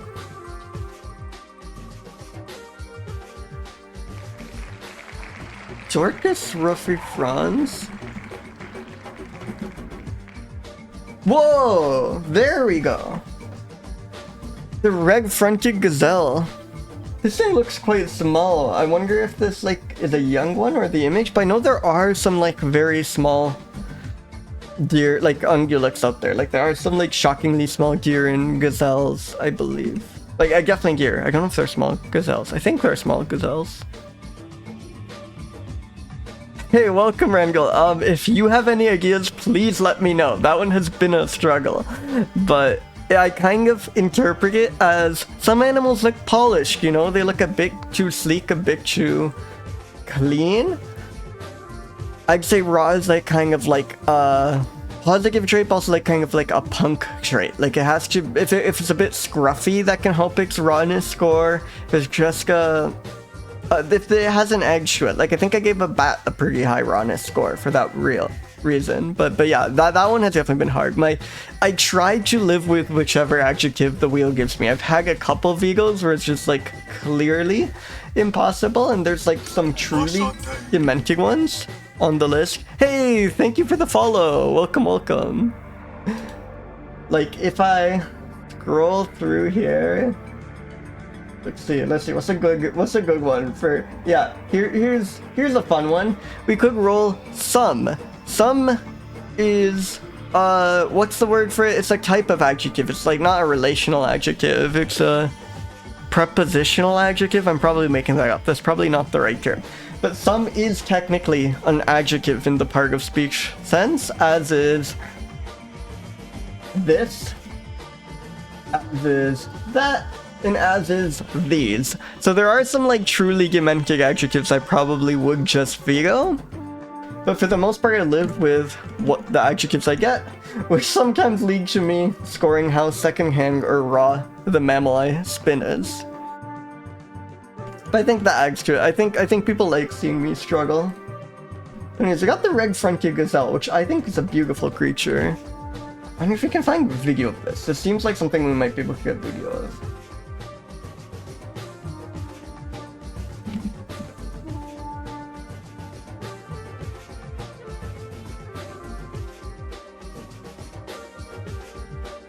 Oh, this seems like very AI generated. But then these are all not the red-fronted gazelle.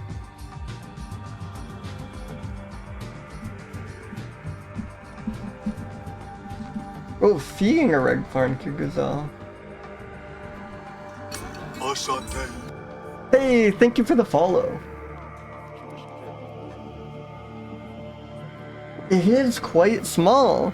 I mean, GBIF should have a size description, so you should settle it for real, but for a gazelle at least. I mean, it's not tiny or anything, but that's a good size. Is this, you said this is red-throated? Red-fronted. Red-fronted gazelle. Oh, and we have confirmation on Angular that this is in fact the red-fronted gazelle. They don't look like very good swimmers. Wonderful. There you go.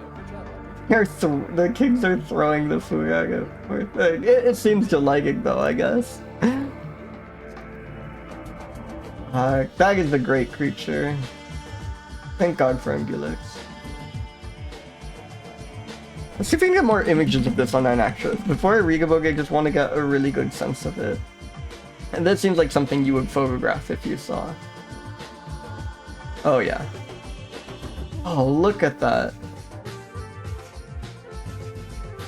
Oh, this one is so cute. Wonderful. The MS Paint circle here. So good. Awesome photo. Thank you, C-Sab.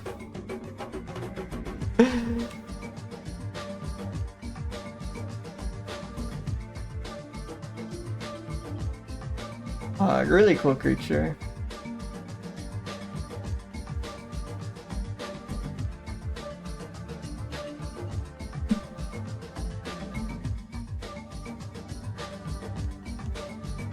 Oh yeah, let's check out GBIF before we dive into the review.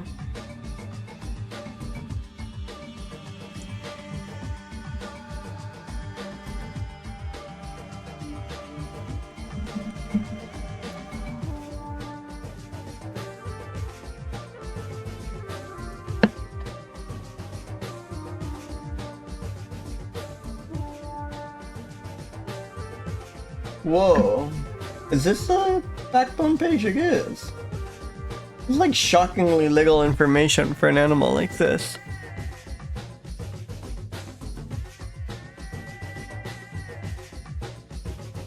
Bizarre.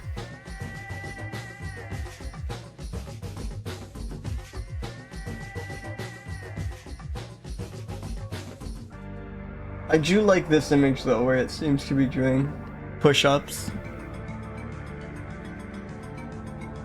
It's very good. What is going on here?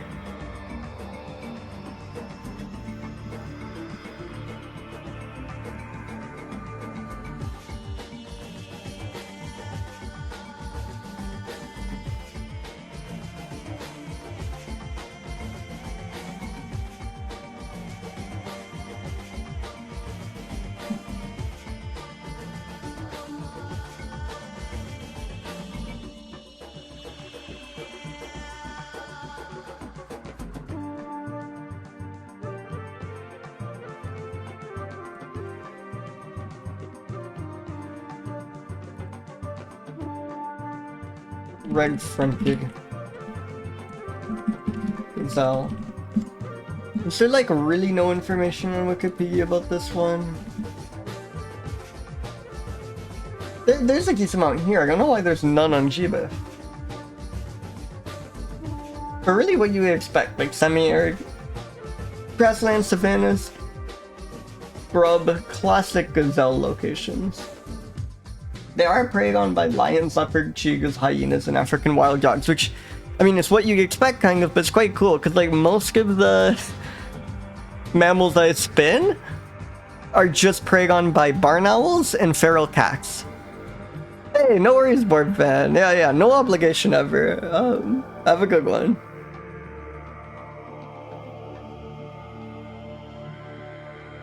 It lives alone, in pairs, or in small groups of up to no more than 6 individuals. For his occasion, you can't give contradictory information like one after another. You can't say small groups of no more than 6 individuals and then acknowledge hordes have been found of up to 15.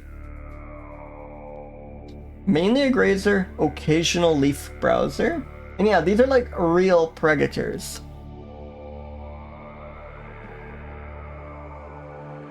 So good for it. I think this is not secondhand.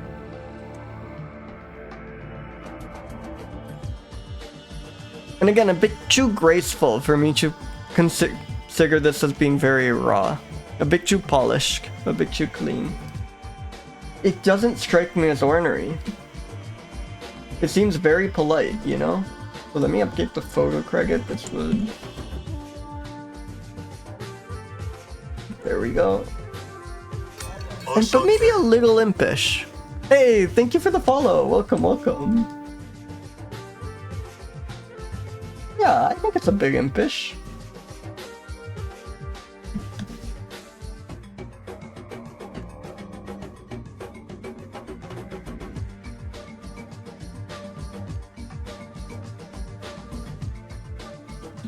As real predators, like lions and cheetahs, not just wild cats or whatever. That's worth noting. Lives in groups of no more than 6 individuals. Yeah, it does actually look... I was thinking it looks well behaved, but there is a bit of an impish energy to it. I think you're right. I think I could go higher on impishness. Yeah, it's pretty, but does it strike you as like mischievous or anything? It's definitely like small, that sense of impish. But I think it kind of looks polite, you know? Maybe somewhere in between, maybe like a 144.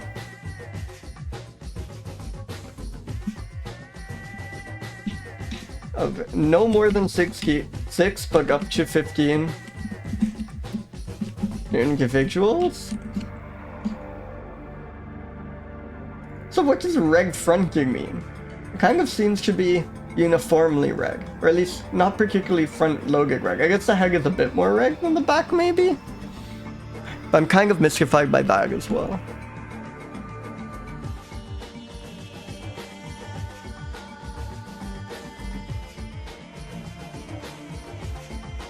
Oh yeah, this is really small. Oh no, but that's just the young fawns. So they got up to like 65 pounds. But yeah, that's still... That's like a moderately sized gazelle, I suppose.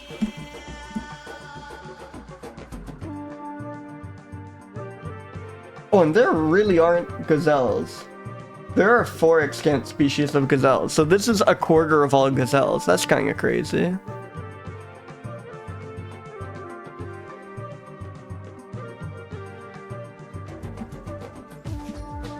Hell yeah.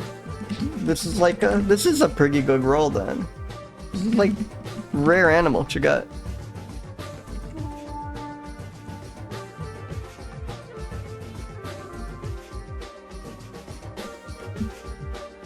Oh, I think we have an ag about to play. I'll use this time to take a break. Feel free to hydrate, stretch your legs, what have you. You won't be missing anything. I will see you all soon.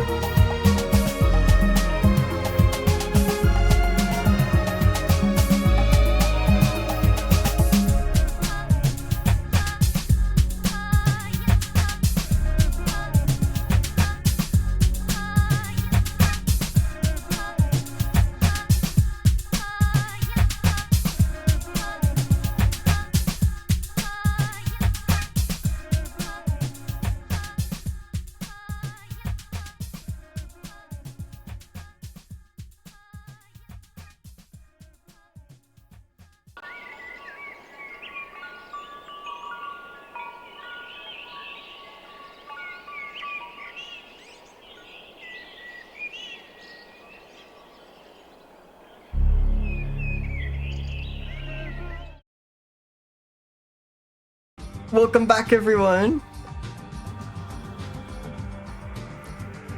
Let's review the next mammal.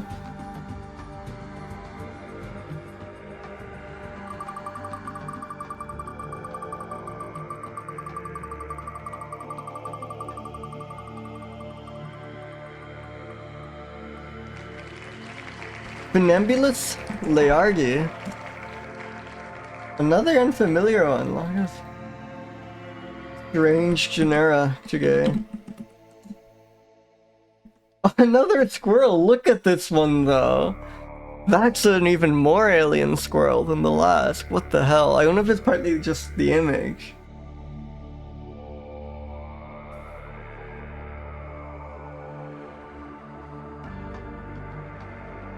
The validity of the subspecies Draviganius is based on a single specimen from the southern tip of India has been questioned.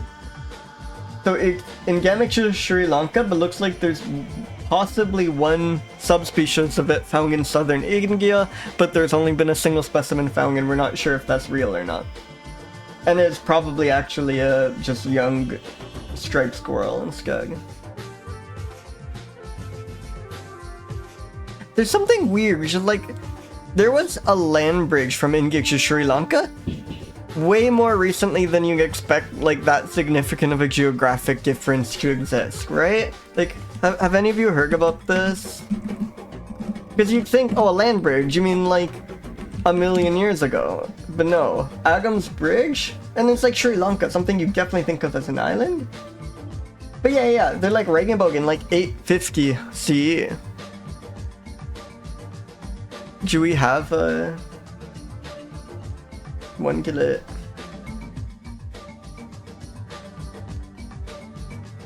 Yeah, formerly a land connection. One kilo seeds could be a sandwich. Hey, Thorgan, good to see you. Welcome, and welcome, Go Gabago Grow Gremlin.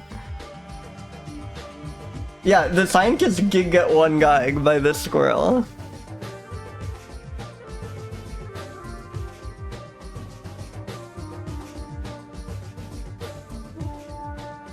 Anyways, I should not go on an Agam's Bridge tangent, but yeah, I think like possibly until about 1000 CE, Sri Lanka was connected to India by a very narrow strip of land, and some of that land is like still above water, but now it's really just like a chain of rocks and not a contiguous land bridge.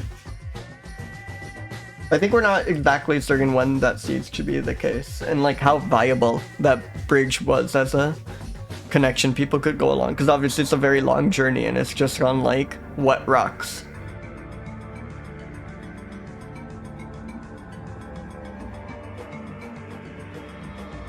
Slightly omnivore. They are slightly, and not slightly omnivorous, no, they are slightly omnivores. I guess they are kind of slightly, they are quite little. So they will eat. So they pretend, I think it's saying they eat insects when herbivore diets are scarce. I see. And yeah, they do live as a pair until death. That's kind of crazy. Pair bonding is high. That's so cute. Breeding season is changed with the rainy season. They are protected under law and strictly prohibited of catching and hunting. You are not allowed to catch these. But yeah, the logging, that is rough. They do not seem to be doing great, but they're not yet endangered, at least. Do we have more images? I love the one we have, but let's see. Oh, we do. Look at the face it's making in this one. It looks like it's whistling. Delightful.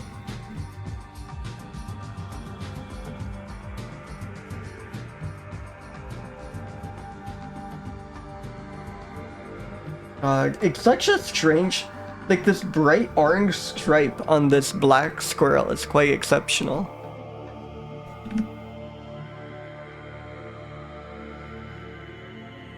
Hard to pick an image for this one.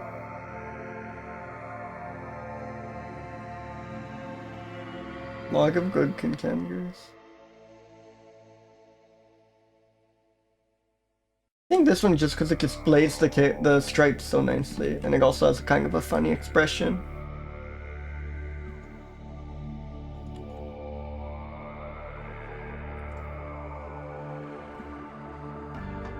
Let's read a bit more on Gbif before diving into the review.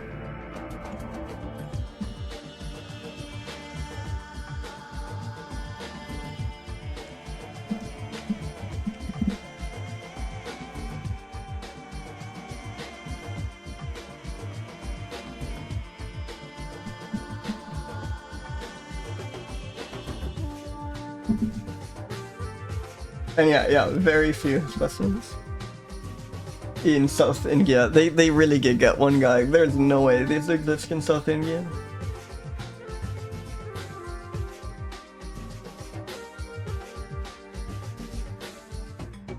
Like 14 centimeters. I think that's pretty. That feels maybe a per heg body length. No, that's like very typical squirrel. I can't tell if that's even slightly bigger or smaller than a ground squirrel. I'm also really bad at estimating sizes.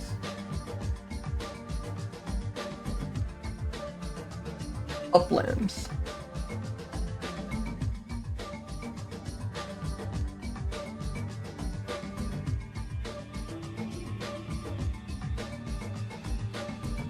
Diurnal and arboreal. I mean, I kind of would have guessed. But there is confirmed. There's nothing even on its like diet. How is? I feel that's not usually a mystery for squirrels, but I guess.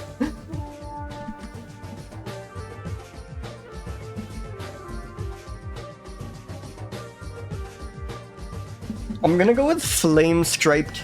They give two common names on Wikipedia.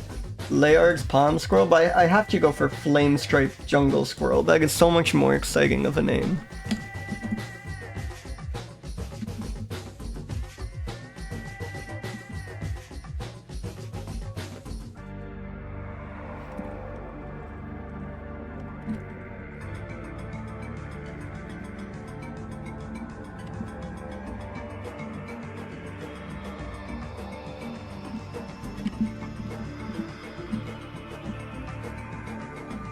It does look kind of Hot Wheels, right?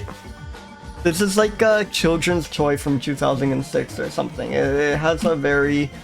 We are trying to market this towards boys in the, you know, in that era kind of color palette. I know, it's a very fun... And the name too, This squirrel is being marketed... Yeah, it's being... callously marketed to boys aged 8 to 13.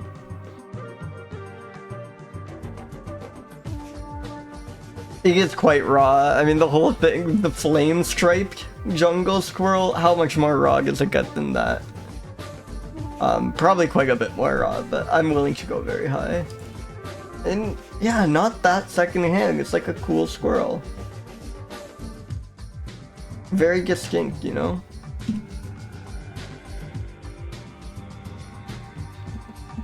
Wait, let me get the image credit for this one.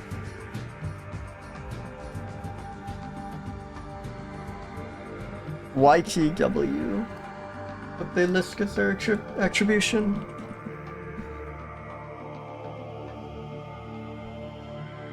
But I feel squirrels can be a bit grumpy. Or something like anything that like the way they hoard away their food and stuff kind of gives crotchety to me. And they're definitely impish, no question.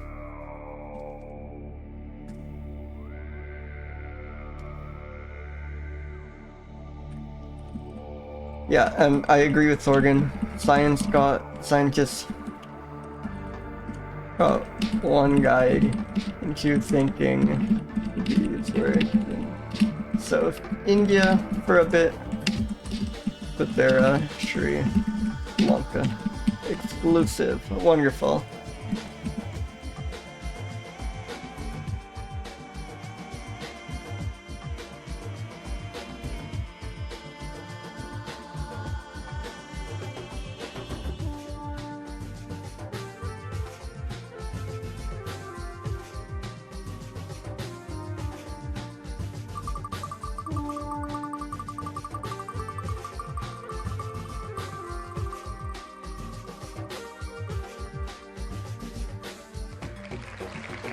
Uralensis derbianus. No idea. Oh, wow. Okay, we are very much Ogre hell now. Look at this. I've seen these faded stripes that almost look. I wonder if I've had another. Have I had another Eland?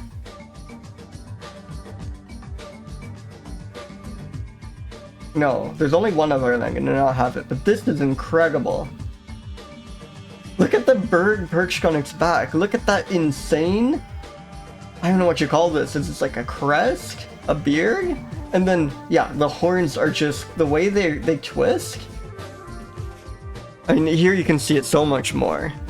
That is a beautiful animal. It's like, so easy to miss one of the many insane details about it. Holy shit, this is a really good roll. It gets like double unicorn. Yeah, those are unicorn horns. I've never seen a, like, twisted horn like, I genuinely have never seen a horn like that on an animal before. Wow, that's a majestic animal. I wonder if it'll say in the caption for this image what that bird is. It doesn't even acknowledge the bird. That's brutal. It's a giant eland. What the hell?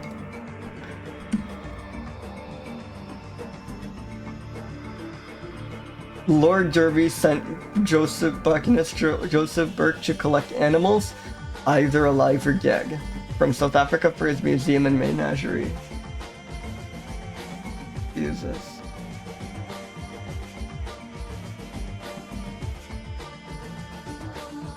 Yeah, they come with the bird. It's a package deal. What a crazy animal.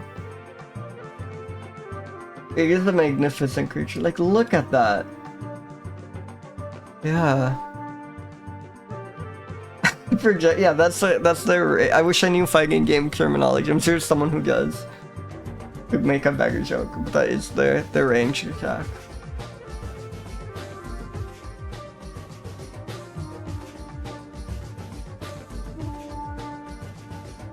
Oh, they've got a pendulous dewlap. Is that the, like...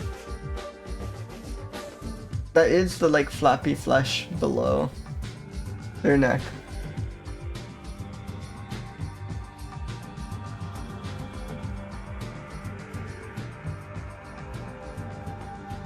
Oh, they have their own parasites. You know an animal has it rough when we discover new species of parasite that seem exclusive to them.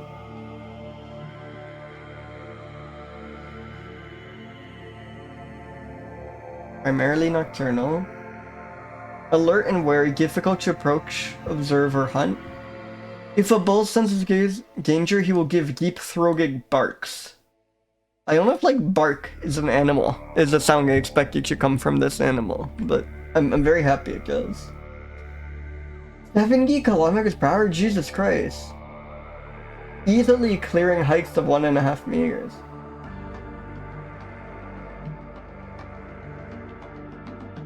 They prove a good meal for the predators.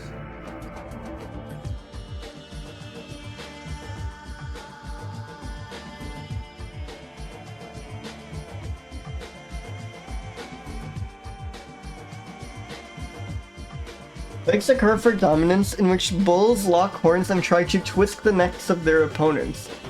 As an act during rut, the males rub their foreheads in fresh urine or mud.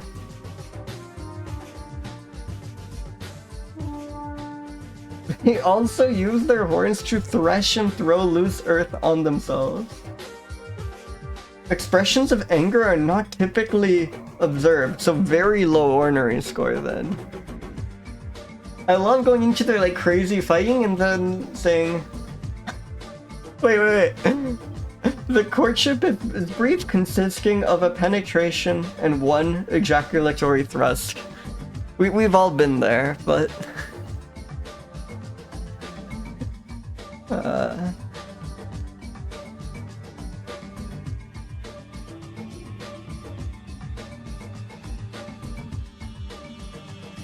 rich overhunting for the rich meat. trophy animals. That is rough. Oh, excellent milk! Richer in protein and milk fat than dairy cows. Which may be an explanation for the... God, has anyone here had eland milk? Eland milk apparently goes crazy.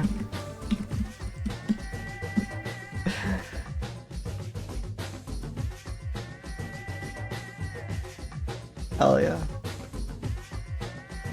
What a cool creature. I want to see more. Can we see a video of this? Someone has to have recorded a giant eland. There's gotta be like a nature documentary on these.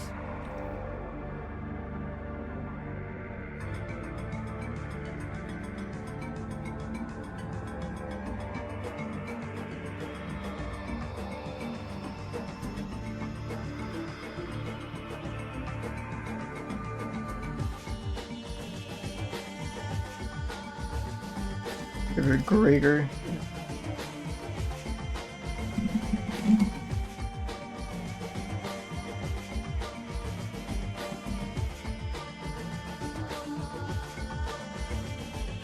I'm just worried because I think the other one was called the... Oh, here we go. And this is San Diego Zoo, so this is real. Oh, I'm excited then.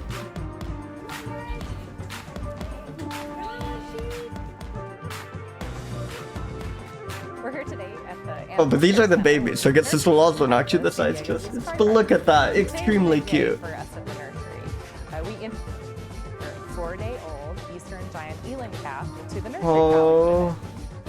It's her first day out, and she met Nubian ibex, Barbary sheep, Turkoman markhor. Oh my god, look at climb on the wall like that. That is crazy. And Trans-Caspian muriel lambs. The eland was really excited when she got out in the garden. Wow. She did It's really such well. a strange creature, like its joints and stuff look so peculiar. It's like very It's pretty bony neat because and even muscly. though she's the youngest baby out here in the nursery corral, she's the largest. It kind of moves like an oddly built She's sport very creature, curious about you all know? the animals, going up to them and sniffing them, trying to get them to play with her. Giant eland are beautiful animals. Oh my They god, have it very is distinct big. Features. I think Their that's stripes really are bold and they have black and white.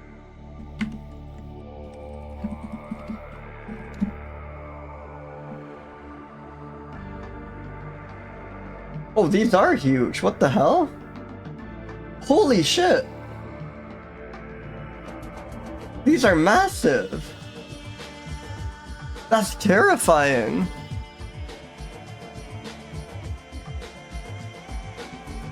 Yeah. They do have the like weird kangaroo, like buff and strange proportions.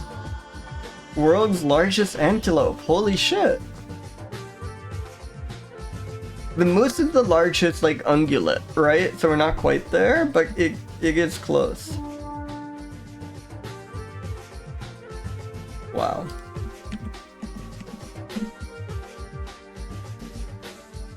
And finally, let's see what... There's probably a log of images of these, so let's see what iNaturalist has.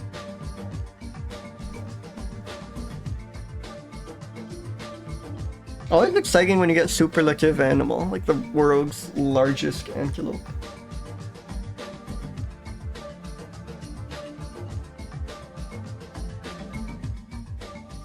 God, this is such an alien. That's a good image, but I wonder if we can like more clearly see the horns. Like here you can clearly see the horns, but not as fond of the image overall.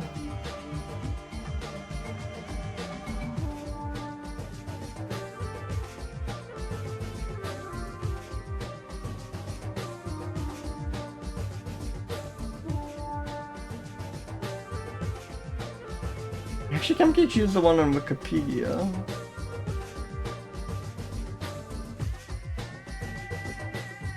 I think this one is very strong. Yeah, I saw that. 70 kilometers per hour. It's insane. They can also like clear heights of 1.5 meters while jumping.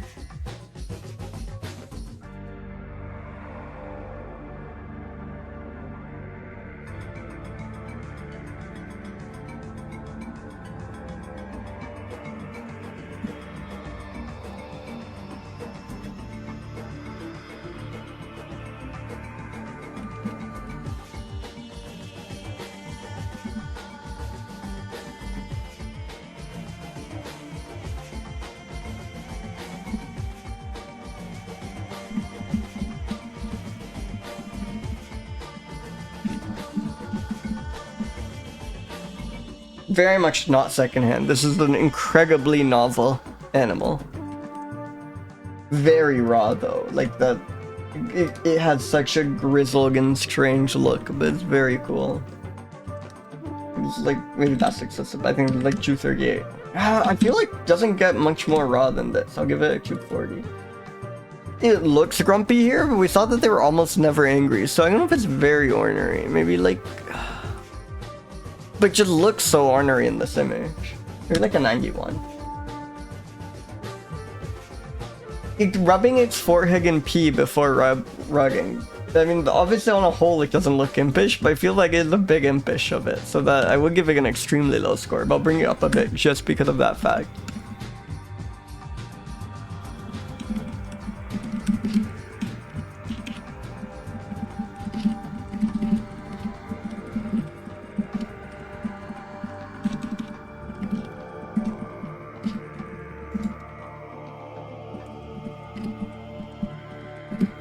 Yeah, Africa's, or no, just the biggest antelope. What am I saying?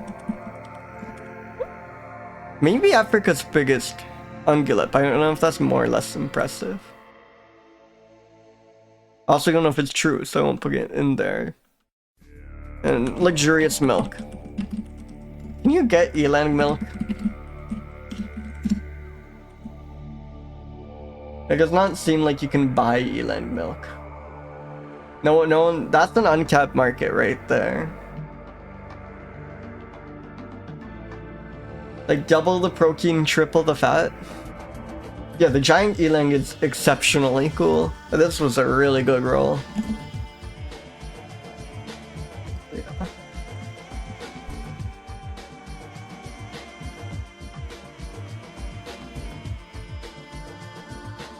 Alright, let's roll again.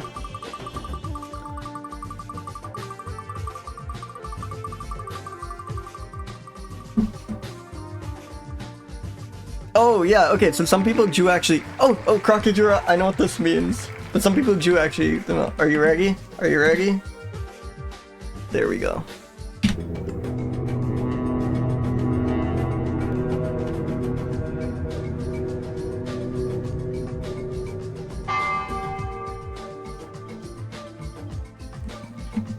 That is our 26th shrew.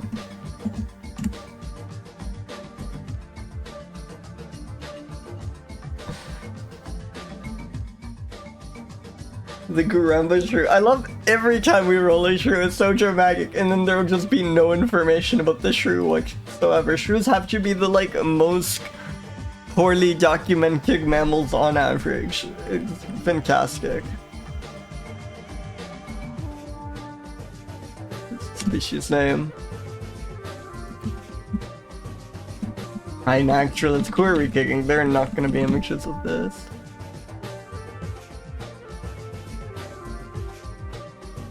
Oh, they don't even pretend.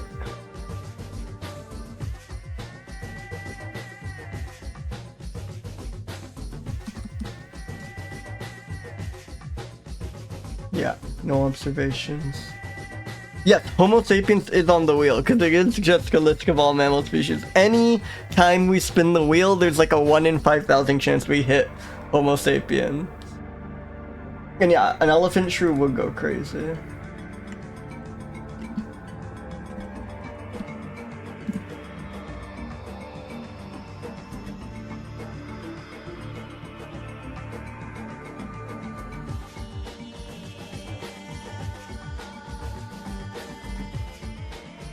How are these categories for humans?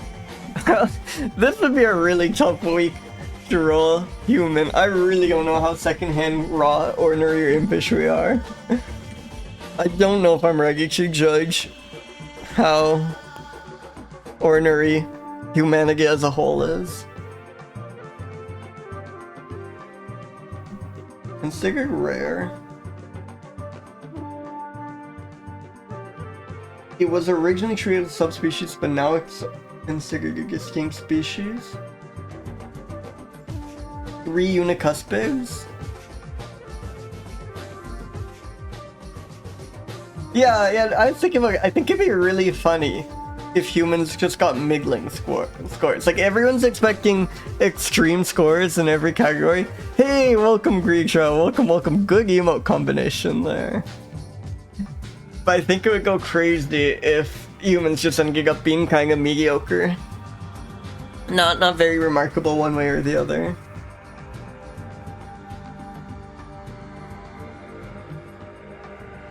It's reckoned by agriculture, that's always a rough log in life.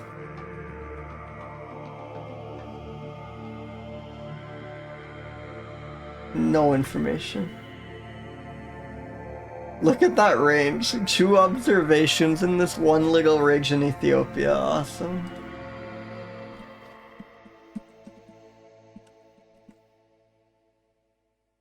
And they do appear in this as number 328. Yeah, I agree. Humans are the worst mammal. Yeah, maybe.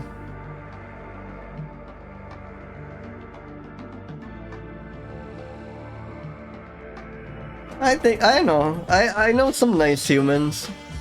There are a few of those. Yeah. Yeah, so this has come up. My default would be the 2 people who are stuck as being the representative humans of human race on Wikipedia. These 2 have been there like forever. And I always just think it's funny that these 2 have been chosen to represent the entire human race. So my default selection is them, but I'm convinced I might get a better idea, because I can use any image of a person. That's a very broad category. So probably if I thought really hard, yeah, that's the types, those are the 2 humans. I think maybe if I thought really hard, I'd come up with a better idea. This is my default, but like literally any image of a person would technically qualify, so there has to be some funnier image out there that I could use. Oh, from the classic caption image on Wikipedia. I wonder if that's still up there. Baby dressed as a pizza slice. I'm not sure if I'm familiar with this image, but that sounds wonderful. 328. So this one right here, that is definitely a shrew. No doubt about it.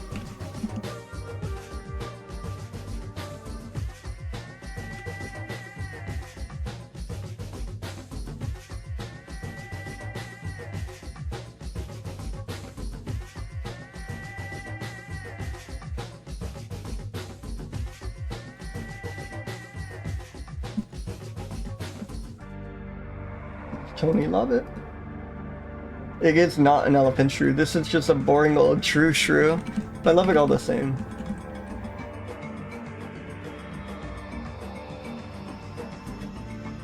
Let me pull this up. Oh, this is quite good. This could represent the human race in its entirety. That is a strong contender, I think. I also love the more to explore section. I think this more to explore section is wonderful.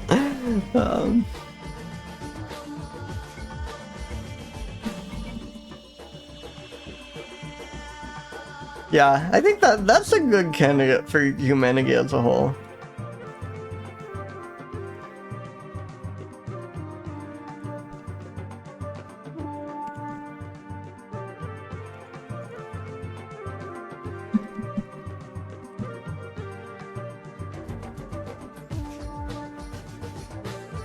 It is mega slow, bro. Wait, can I don't know how to, I'm not smart enough to get a side by side. So I just quickly switch tabs.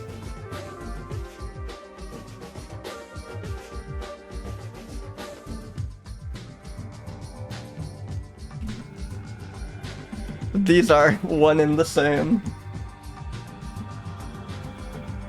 Excellent catch. Yeah. There's like no information on this one. Other than the fact that we weren't sure if it's actually a species or not. And that gets threatened by agriculture. Those are 2 notes. This is very secondhand. This is like third hand.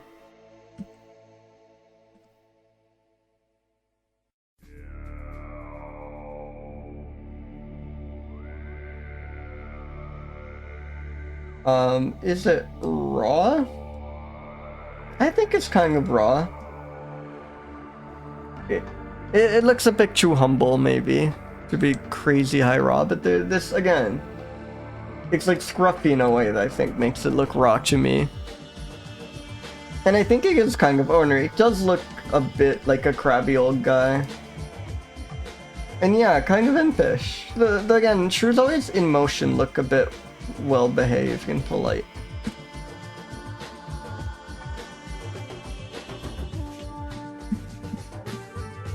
By agriculture, might not actually be a species. It's a shrew at least. We love shrews.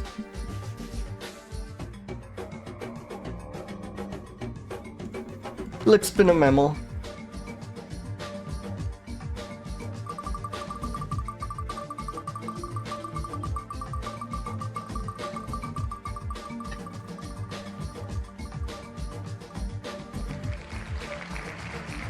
The Siska concolor. Last time we got concolor, it's the unicolored something. So I wonder if concolor means unicolored. The I don't think. It's the Chinese birch mouse. Awesome.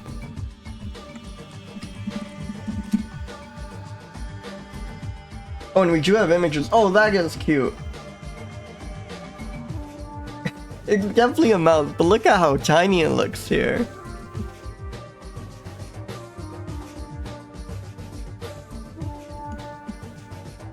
Precious.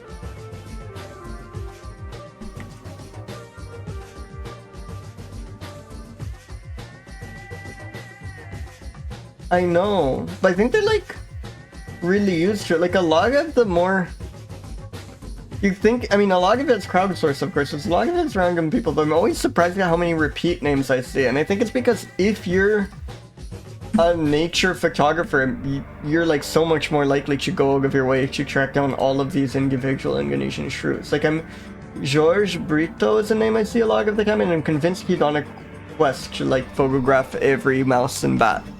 Because it's kind of incredible how many he has. This one's James Eakin.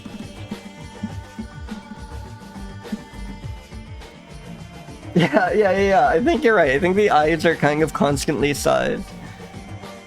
But yeah, this seems so scary to do it, but this is apparently the right way to hold a mouse.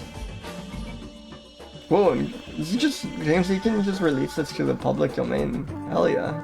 Thank you, James Eakin.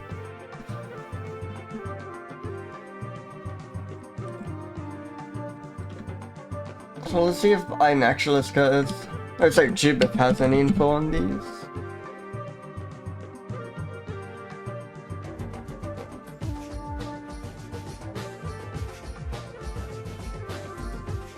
Nocturnal. Hibernate in the winter, but when hibernation begins or ends is not known.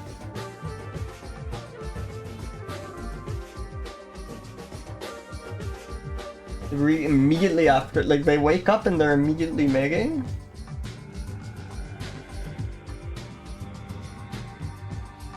You also know the females constructed breeding nests from a neatly woven ball of grass. That's like impressive craftsmanship. Like It does not seem easy for a mouse to neatly weave a ball of grass. That's impressive.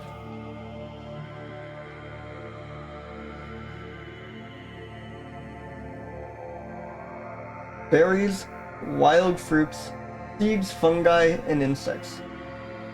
They have been observed gnawing on maize cobs. Yes.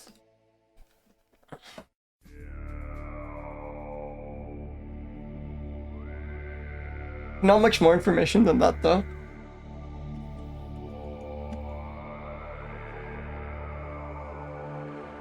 Secondhand, again, doesn't this thing is like too cute and baby to me to feel secondhand. Like secondhand has like an oldness to it that I don't think this has, which is also gonna lower its ornery score. It is quite raw to me. This is just kind of unadulterated like joy. Like a lot of the cute animals look polished, but this one doesn't.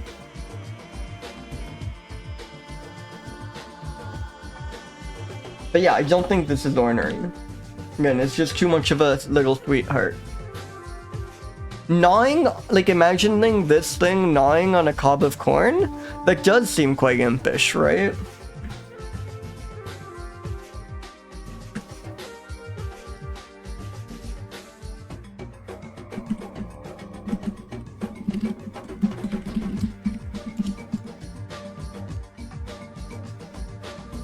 So they're observed gnawing on a cob of maize, and they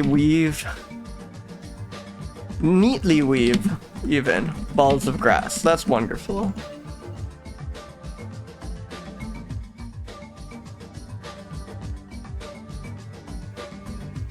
And then I think I can just put cute little guy, because that we're all thinking it, you know?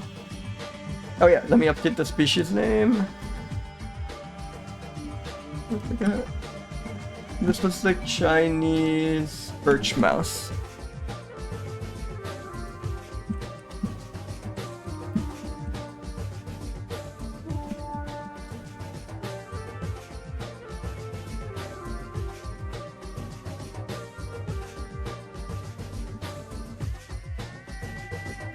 Okay, let's spin another mammal.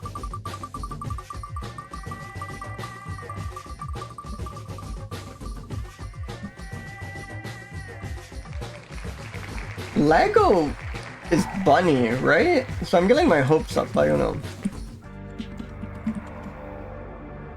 Oh my god, wait, even better. Lego does come from bunny, but this is a bunny-like wallaby. Wallaby. A hair wallaby. Somehow I think I missed that there were hair wallabies. See, Australia will never stop delighting me in new kinds of marsupials. Holy shit. Look at this. This is wonderful. God, that is so cute. It's extremely fluffy. And it is really like halfway between a bunny and a wallaby. Like, I get the name, you know? It's so fluffy.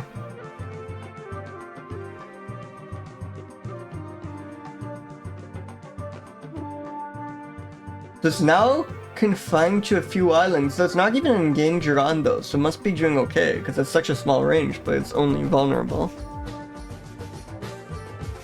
Yes, so it's been extinct on the mainland since the 90s, but it has persisted in the subspecies that was found on the mainland has persisted in captivity. I wonder if there's been any attempts to reintroduce this. I feel they should bring this back.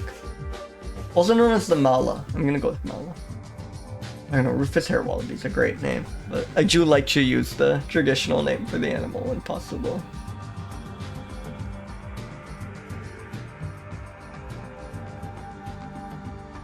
Oh wow, so they got rid of all the livestock and cats on Dirk Hartog Island, so now they can reintroduce this. I know cats in Australia are extremely controversial, New Zealand too, because they are like, they're mammals that are not, and animals I guess in general, are not used to dealing with that kind of predator. And they have significance in culture. For the Anangu, these are important ancestral beings. They watch over them from rocks and caves and walls, guiding them on their relationships with people, plants, and animals Rules for living and caring for country. These are a force for good. Central to their living culture and celebrating story, song, dance, and ceremony. Hell yeah.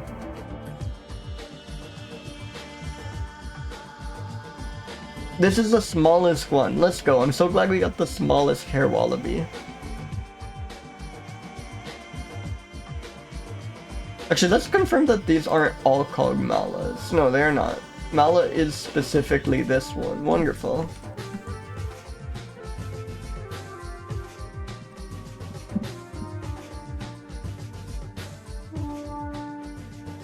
Oh my god.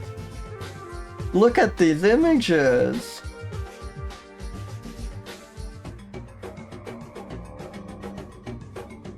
Look at this. The leg, it's almost got a Gerboa leg situation. Crazy.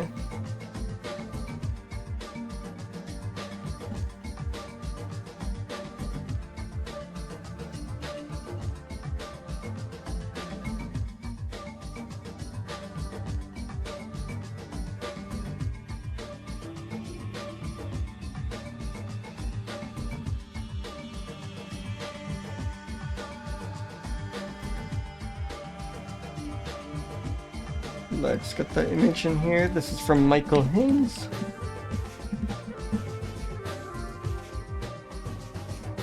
And this, oh yeah, I'm gonna paste the species name. Sorry about that. Here you are.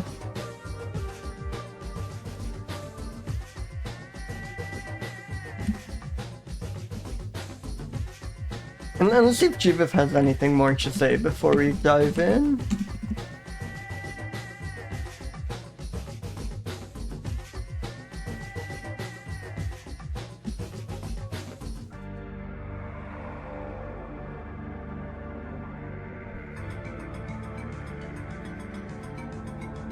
Primarily nocturnal, shelters during the day.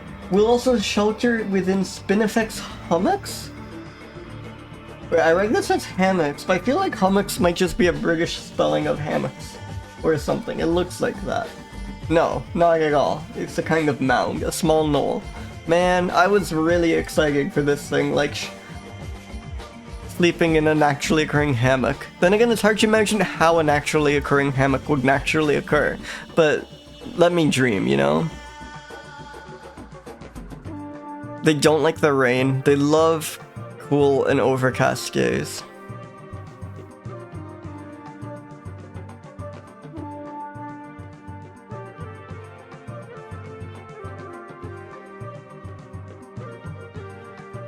Captive males sometimes fought briefly but usually avoided each other, and females were not aggressive to each other. But adults of both sexes attack juveniles violently? Jesus Christ! Look at you wouldn't expect that from this creature.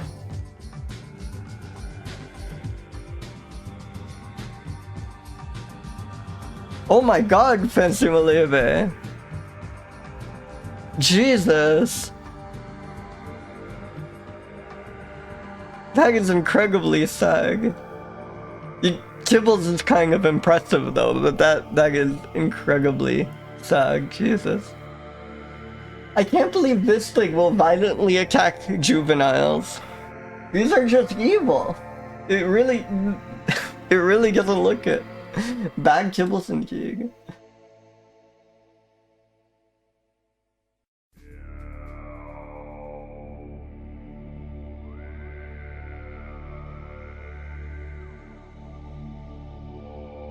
In captivity, copulation was observed only on a single Negish asterisk, occurring up to 12 times over 90 minutes, each episode lasting up to 20 seconds. That would be adorable, Malive. God, I'm imagining that right now, like an oversized shirt on this. I want someone to edit like a basketball jersey on this. I want someone to make a... Like, there's that Tumblr account, I think Margot has the Krogunk from that just posts Pokemon wearing sports memorabilia, and that's a wonderful account. But someone should just do hair wallabies wearing sports memorabilia. I think that would also go crazy.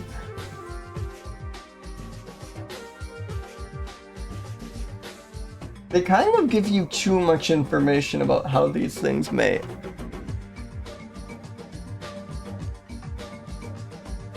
Selectively feeds on leaves and stems of 31 perennial grasses. Forbs, another Forbeager. I need a Forbs emote for animals that eat Forbs.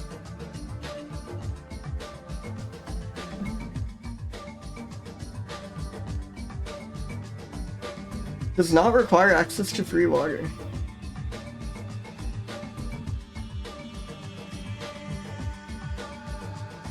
Absolutely. I think it's like the bipedal thing.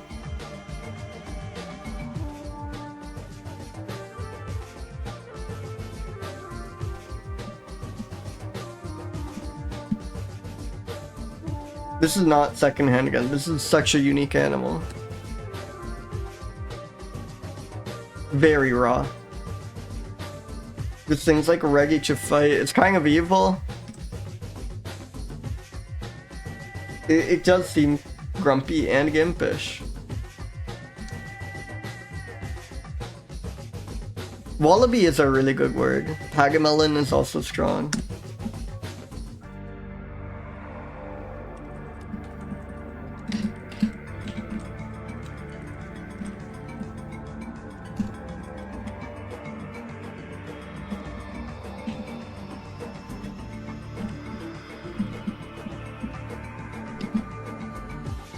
Hair wallabies are awesome.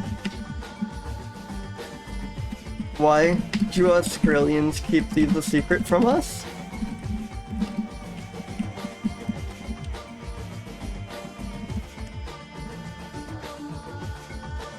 Dude, let me get the quote because the quote is insane.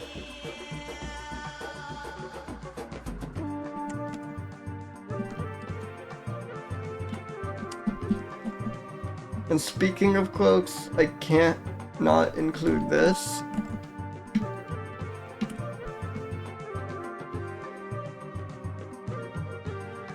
Insane. Insane.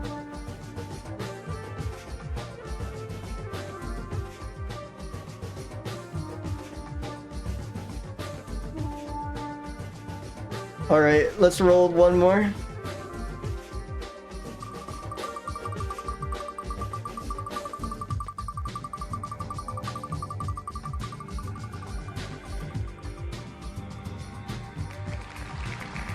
Apodemus uralensis, whoa. The Ural field mouse, also the pygmy field mouse. Oh, we can blaze through this one.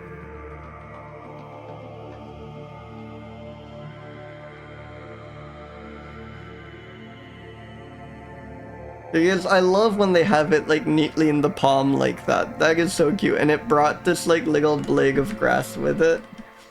It's found in Armenia, Austria, Azerbaijan, Belarus, Bulgaria, China, Croatia, Czech Republic, Estonia, Georgia, Hungary, Kazakhstan, Latvia, Liechtenstein, Lithuania, Mongolia, Montenegro, Poland, Romania, Russian Federation, Serbia, Slovakia, Turkey, and Ukraine. I love their commitment to not just saying Eastern Europe and Western Asia, of listing out all like 40 countries its range happens to intersect.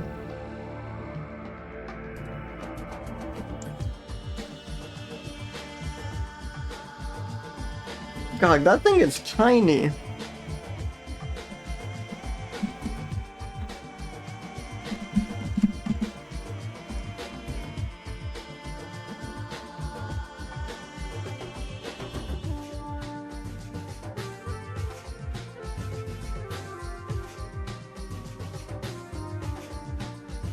Prefers forest edge and open habitats adjacent to woodlands.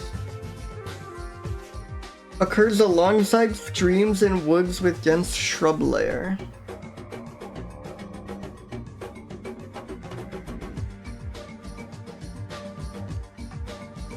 Good climber and jumper.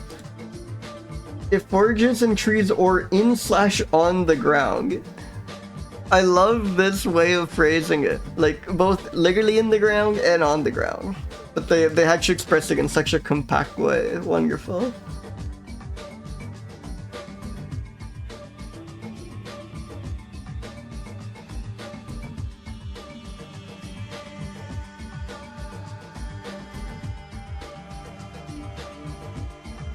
It is a mouse. There is no goat there.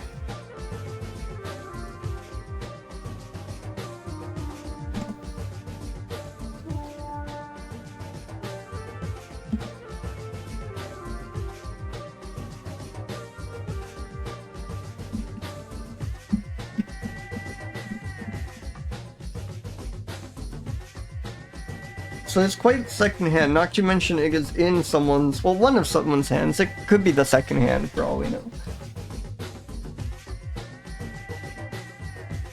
Yeah, okay, I kind of know the answer to this farmscape. So I think it's like 40% rodents, 30% bats. So that would give us about like 2,000 rodents and like 1,500, yeah. So it's like, yeah, maybe 2,000, 2,500 or so rodents, and 1,500, a couple thousand. Yeah. So let me pull up the... There is this really interesting chart. Yeah, here you go. 40% rodents, only 22% bats. And then here you have like shrews along with hedgehogs and some moles and other type things. And then primates is in fourth, and primates are really the saving grace. There's like quite a lot of them, and they're all very varied and interesting looking and cute. So I'm very grateful for primates, even though we don't think we've had any today. They're kind of a perennial occurrence. Most streams will at least get one.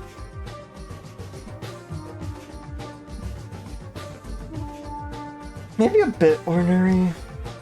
Maybe like 108. It does look kind of impish. So, good climber? Hey, Pascaporo, welcome in. Welcome. Good jumper?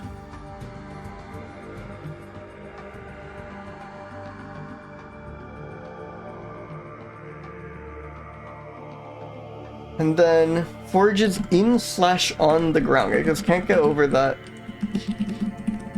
phrasing they use.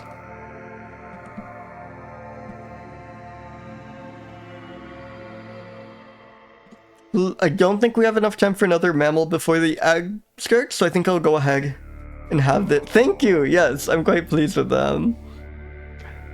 So yeah, it looks like an ag's about to start, so I should take a quick 4-minute break.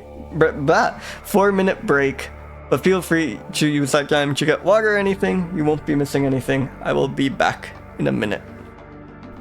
Oh, yeah, I guess before we go, we can just take in the Ural field mouse. And yeah, these are crazy adjectives. I think this has been the most challenging week so far. I really like these adjectives.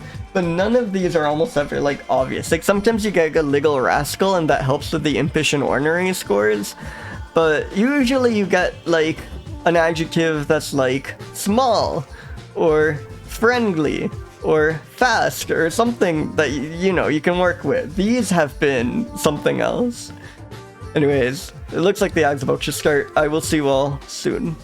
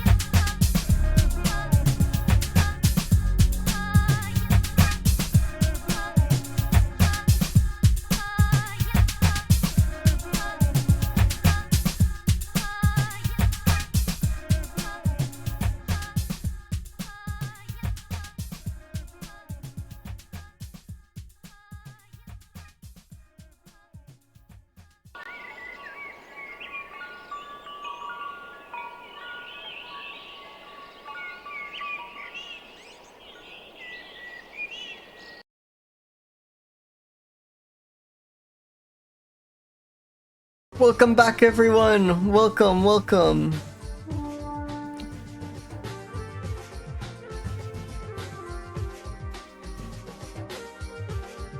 Let's spin the next mammal. Already tier 17. Usually I like to get through at least 20 and then I'll like stop on the first good roll, so to speak.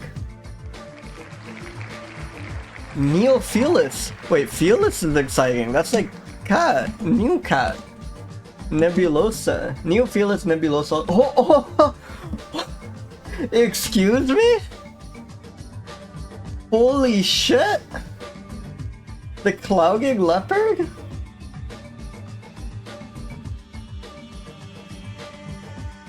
Wow. Wow. So, okay, this is like embarrassing. I had no idea there was a clouded leopard. Wait, what is the leopard situation? I think I didn't... There are a lot of leopards. Honestly, I couldn't believe there was only one leopard. No, there is a species called leopard. So the clouded leopard is not a leopard, it's a cousin of the leopard. Or something like that.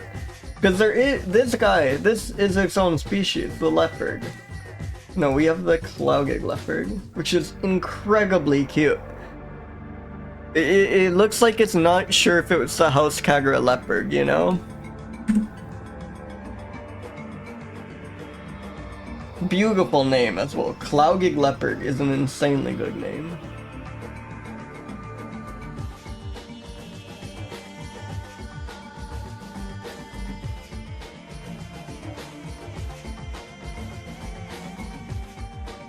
Oh, look at that. God, that pattern is beautiful. Yeah, it's the leopard's cousin Leonard. This is a great roll.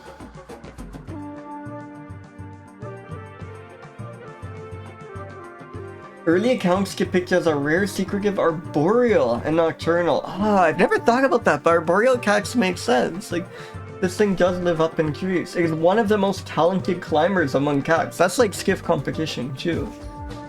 Look at this. Ah, what a great... What a great image.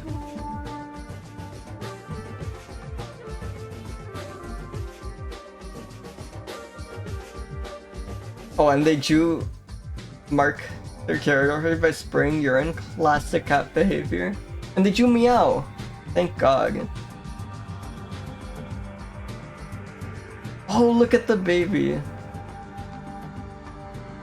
Look at the baby. That is so cute.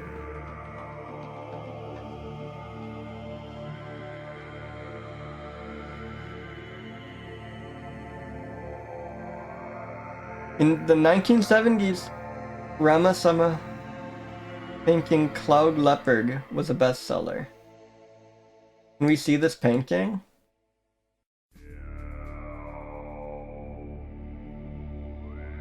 Oh yeah, where does it score on list of largest cats? 10th. Like one of the smallest big cats. That's wonderful. I think we had the biggest small cat before, so this does balance things out nicely.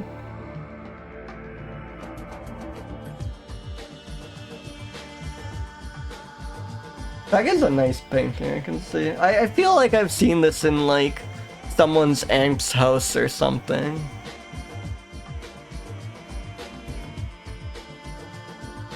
There has to be some videos of the clouded leopard.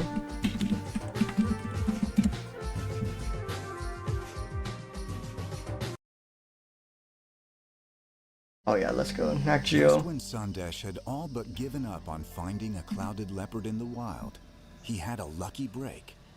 I heard about these clouded leopard cubs being rehabilitated back into the wild, so I rushed to document the whole process.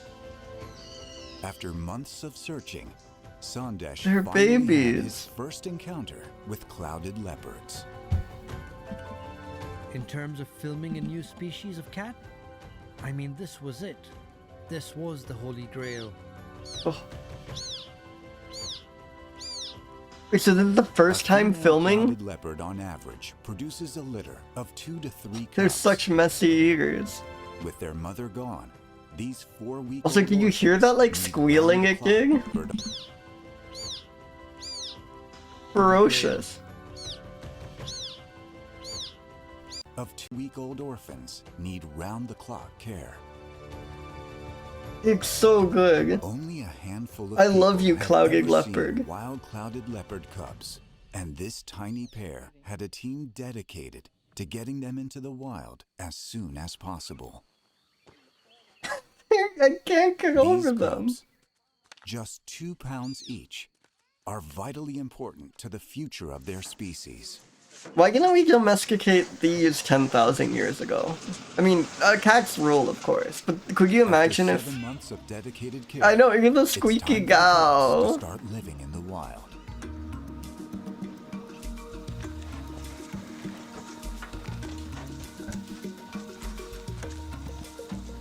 This is a conservation. In their new Look at it go. Okay, I should get to reviewing. I should stop being a React streamer, but I think it makes a big difference seeing it in motion, you know? Can purr. Only the big cats can roar. Clouded leopards are midway between big cats and small cats. Midway between big cats and small cats. That's going in the notes.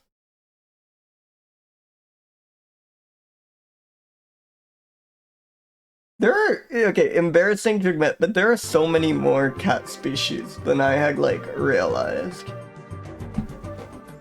I didn't even realize, I thought it was just, like, domestic cat and big cats. I didn't realize, like, how many other, like, the fisher cat and all that. I didn't realize how many other small cats there were before starting this stream. Like, so many blind spots.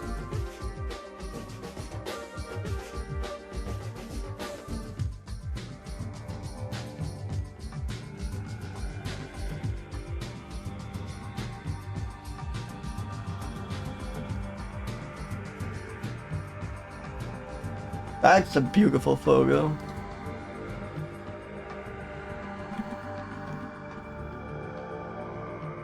Exactly. It's a beloved classic. Lots of spin-offs.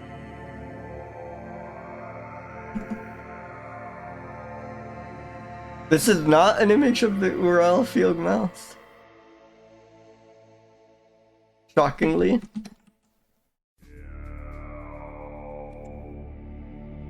And let's see what Gbif has to say about these. Or can I even read all the, like, behavioral information on Wikipedia? I kind of got, like, immediately distracted by the fact that we got clouded leopard. Understandably, I think.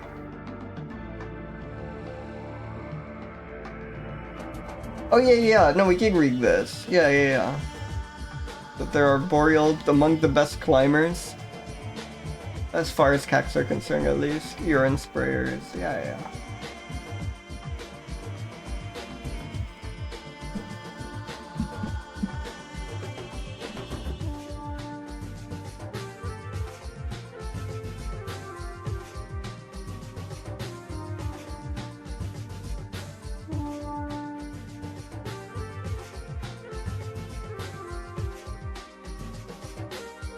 In captivity, mating encounters often, Jesus, result in aggressive behaviors, and males frequently kill females with a neck bite?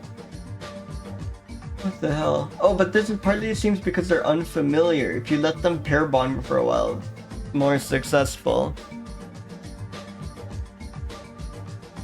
That's terrifying, bro. You wouldn't expect, like, they were, what happened? They were so cute here. What happened to you, Buggy? To getting them into the wild as soon as possible. Oh really, Greg? Did you encounter any Ural field mice? 2 pounds each. They had a pretty wide range. Sorry, I mean the cloud leopard is maybe a bit more. They covered a pretty big range, you know? So you definitely, does this guy look familiar to you? You have not met the Ural field mouse? I'm so sorry. I take it you have also not met the clouded leopard, though I'd be delighted to learn otherwise.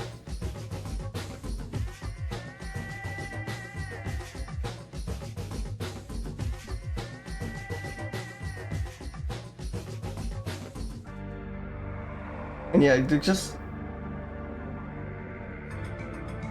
Whoa! A variety of terrestrial and arboreal vertebrates are birds of prey, including porcupines, bearded pigs, young sandbars, mouse deers, palm civecs, primates including proboscis monkeys, crab-eating macaques, southern pig-tailed macaques, and langurs. And proboscis monkeys are like, they're the funny nose ones. Those are like fairly big, I'm pretty sure. Yeah, they eat goats, pigs, poultry, holy crap. I don't know if we've had many things that like prey on monkeys. That's like, you're pretty high up on the chain. Like at least large monkeys like that.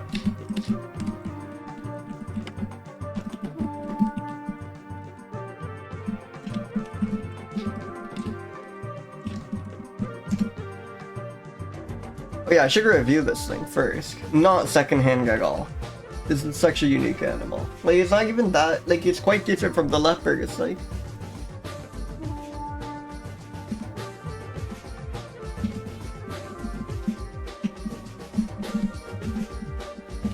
Incredibly raw, though. The fierceness of it. But again, I guess, if I'm being consistent, I have been... Yeah, that's a good point. It is a second-hand name. You're like Leopard 2. I have to factor that in. So if I'm being consistent, I've been saying like polished animals don't get a great raw score, so I have to bring it down a bit. But it just strikes me as so raw in some sense. It doesn't look that grumpy to me, but it doesn't look not grouchy. Maybe a bit grouchy. Maybe like 98. And I think it is impish. I think they're little rascals. I mean, they're all they're just brutal, it sounds like, in some circumstances. Oh yeah, amongst one of the best cats at climbing, kinda arboreal, extremely cute. You gotta check out the cubs.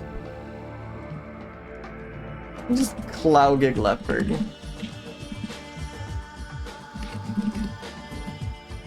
I'm surprised you don't see that, like, pattern. It's like such a nice coat that it has.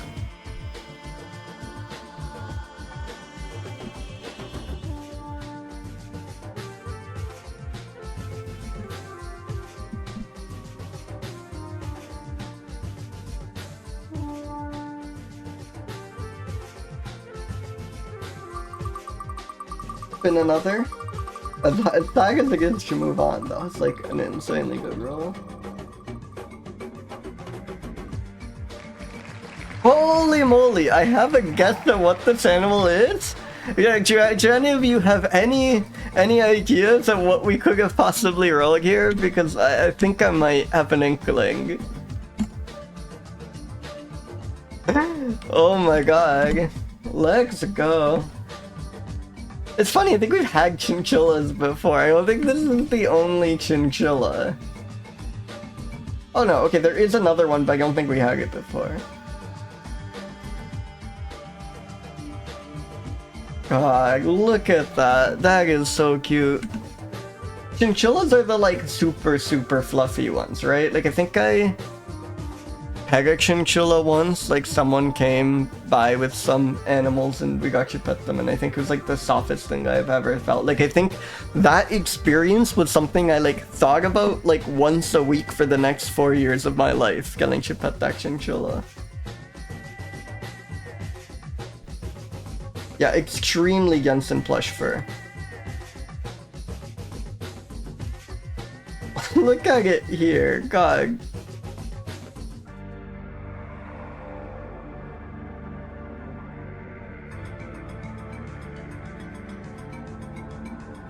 Not much is known about the short-tailed chinchilla behavior due to the shy nature of the species. They're known to be extremely intelligent creatures, and then I love citation Neofelis for that. I think that is an incredibly strong combination.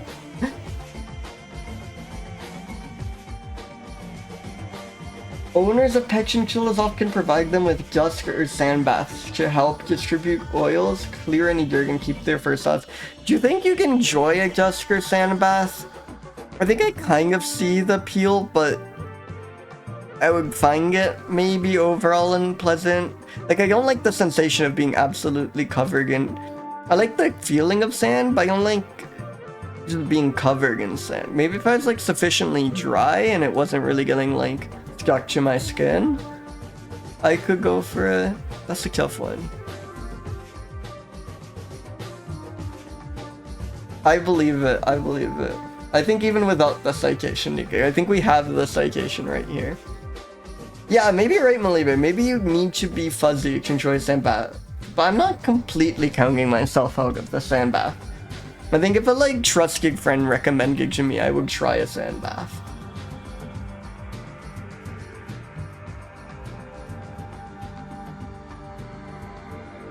Oh yeah, and this is another species where lactating females will feed the young of others if they're not able to produce milk. That's so sweet. The fathers also help raise it, unlike many other rodent species. These just seem like very nice creatures. I love when they describe that they will make a whistle, a growl, chatter their teeth. They also emits hiss and spit noises if provoked, and coo while mating.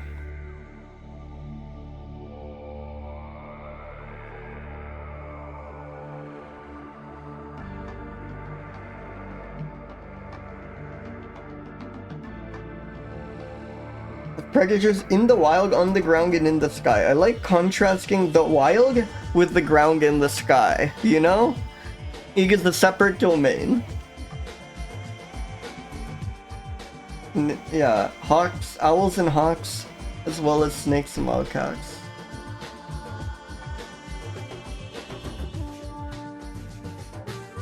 So yeah, these are much rarer than the long-tailed chinchilla. I probably only pet a long-tailed chinchilla. Look at it though, it is so cute. God. This image is also very funny.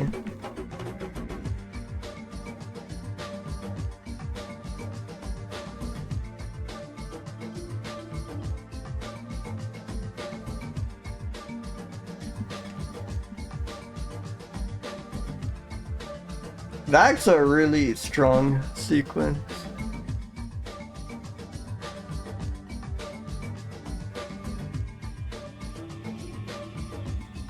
Like getting cloud leopard into short-tailed chinchilla.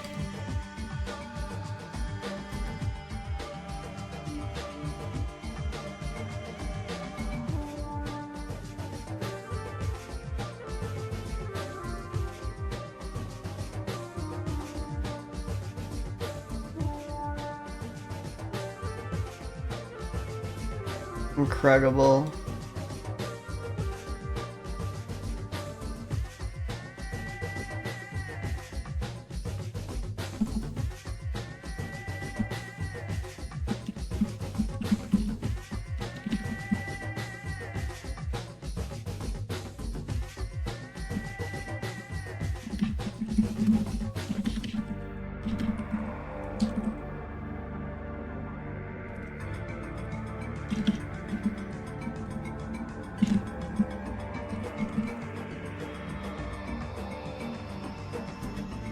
I mean, the fact that his name is Chinchilla is again a kind of secondhand. Like, they had to say it twice, you know? That feels a bit secondhand.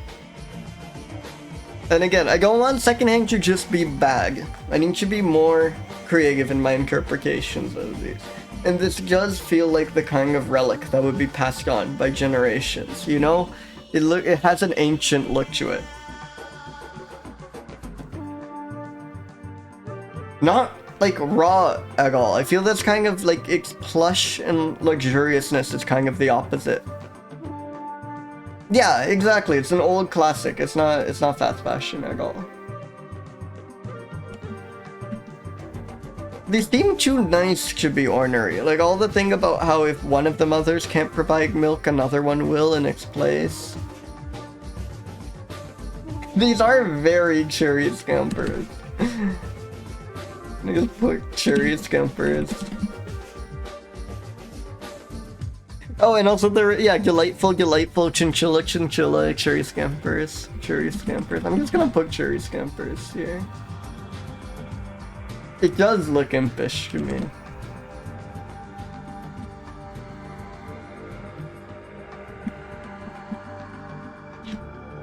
The plushest animal imaginable. Much rarer than its large-tailed counterpart.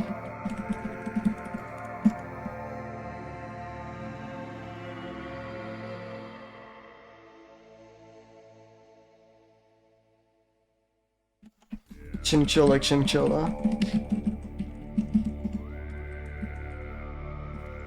I think Chinchilla needs to be the last note. Extremely good roll.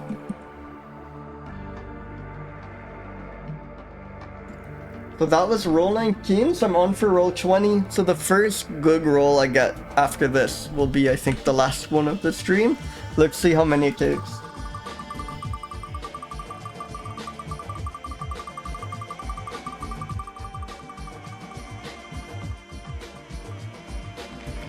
Microtus is bull. I didn't make the mistake. I kept thinking Microtus would be a bat, and then I kept remembering it was in fact a vole.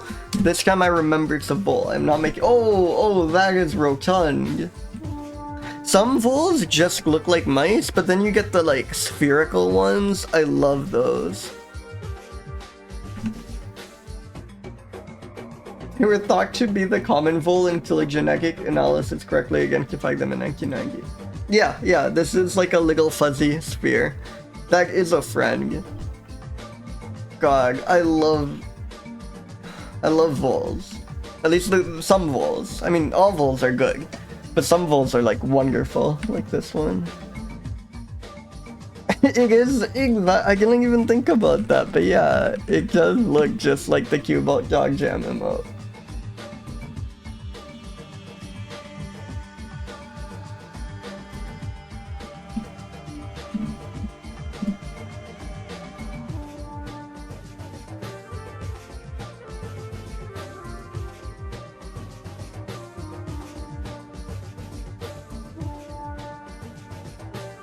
Okay, at the top there's just a bunch of roadkill of these. That's quite unpleasant, and then down here there is like no information except for the like taxonomic class, a really long discussion about whether this is its own species, like where exactly it sits in the vole family. So there is like nothing to say about it. We only know these are like these are distinct from the common vole due to like genetic analysis.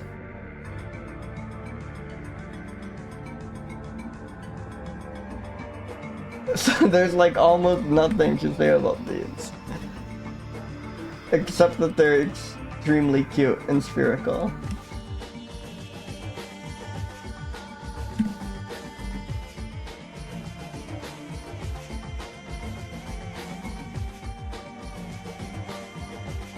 This does look like a mitten that was handed out down to you from like an older brother. Like I think this is really quite secondhand.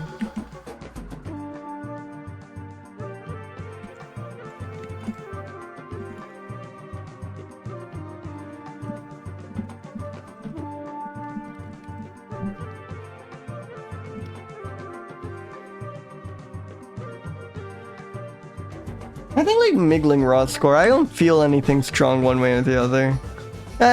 Maybe a bit. I don't know. It does look crabby here. I think it is ornery. Man, we only really have the image to go on. And it does look like a little imp again.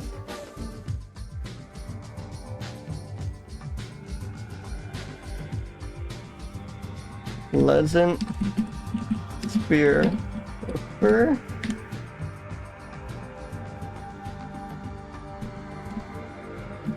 Only discovered should not be the common vole via molecular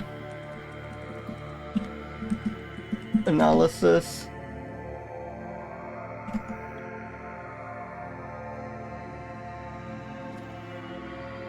Not a whole lot more to say. This one.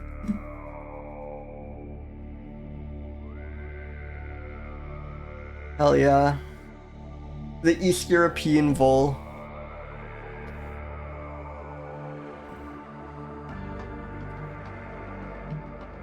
I'm just thinking if I call it here, like, it's not the most remarkable creature in terms of information. Oh yeah, let me update the Fogo Credit. This was Citeria Sunna with 3 N's.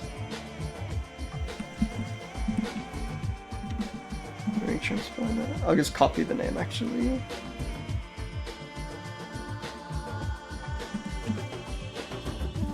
There we go. But yeah, I think this is a great enough image, and I kind of want to get Oog and stuff, that I'm happy to call it here. Thank you all so much for coming by. This has been a wonderful stream. Cloud Leopard was insane. I think this is a good one. I think this is one I'm happy to end gig on. Let me just go find someone to rig. A lot of people online.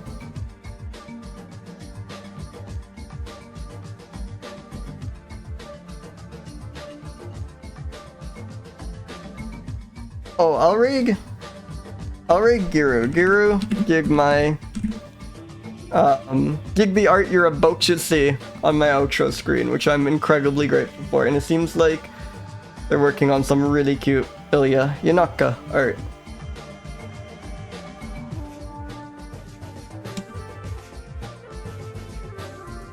But speaking of, here's that on the end screen right now. Thank you all so much for coming by.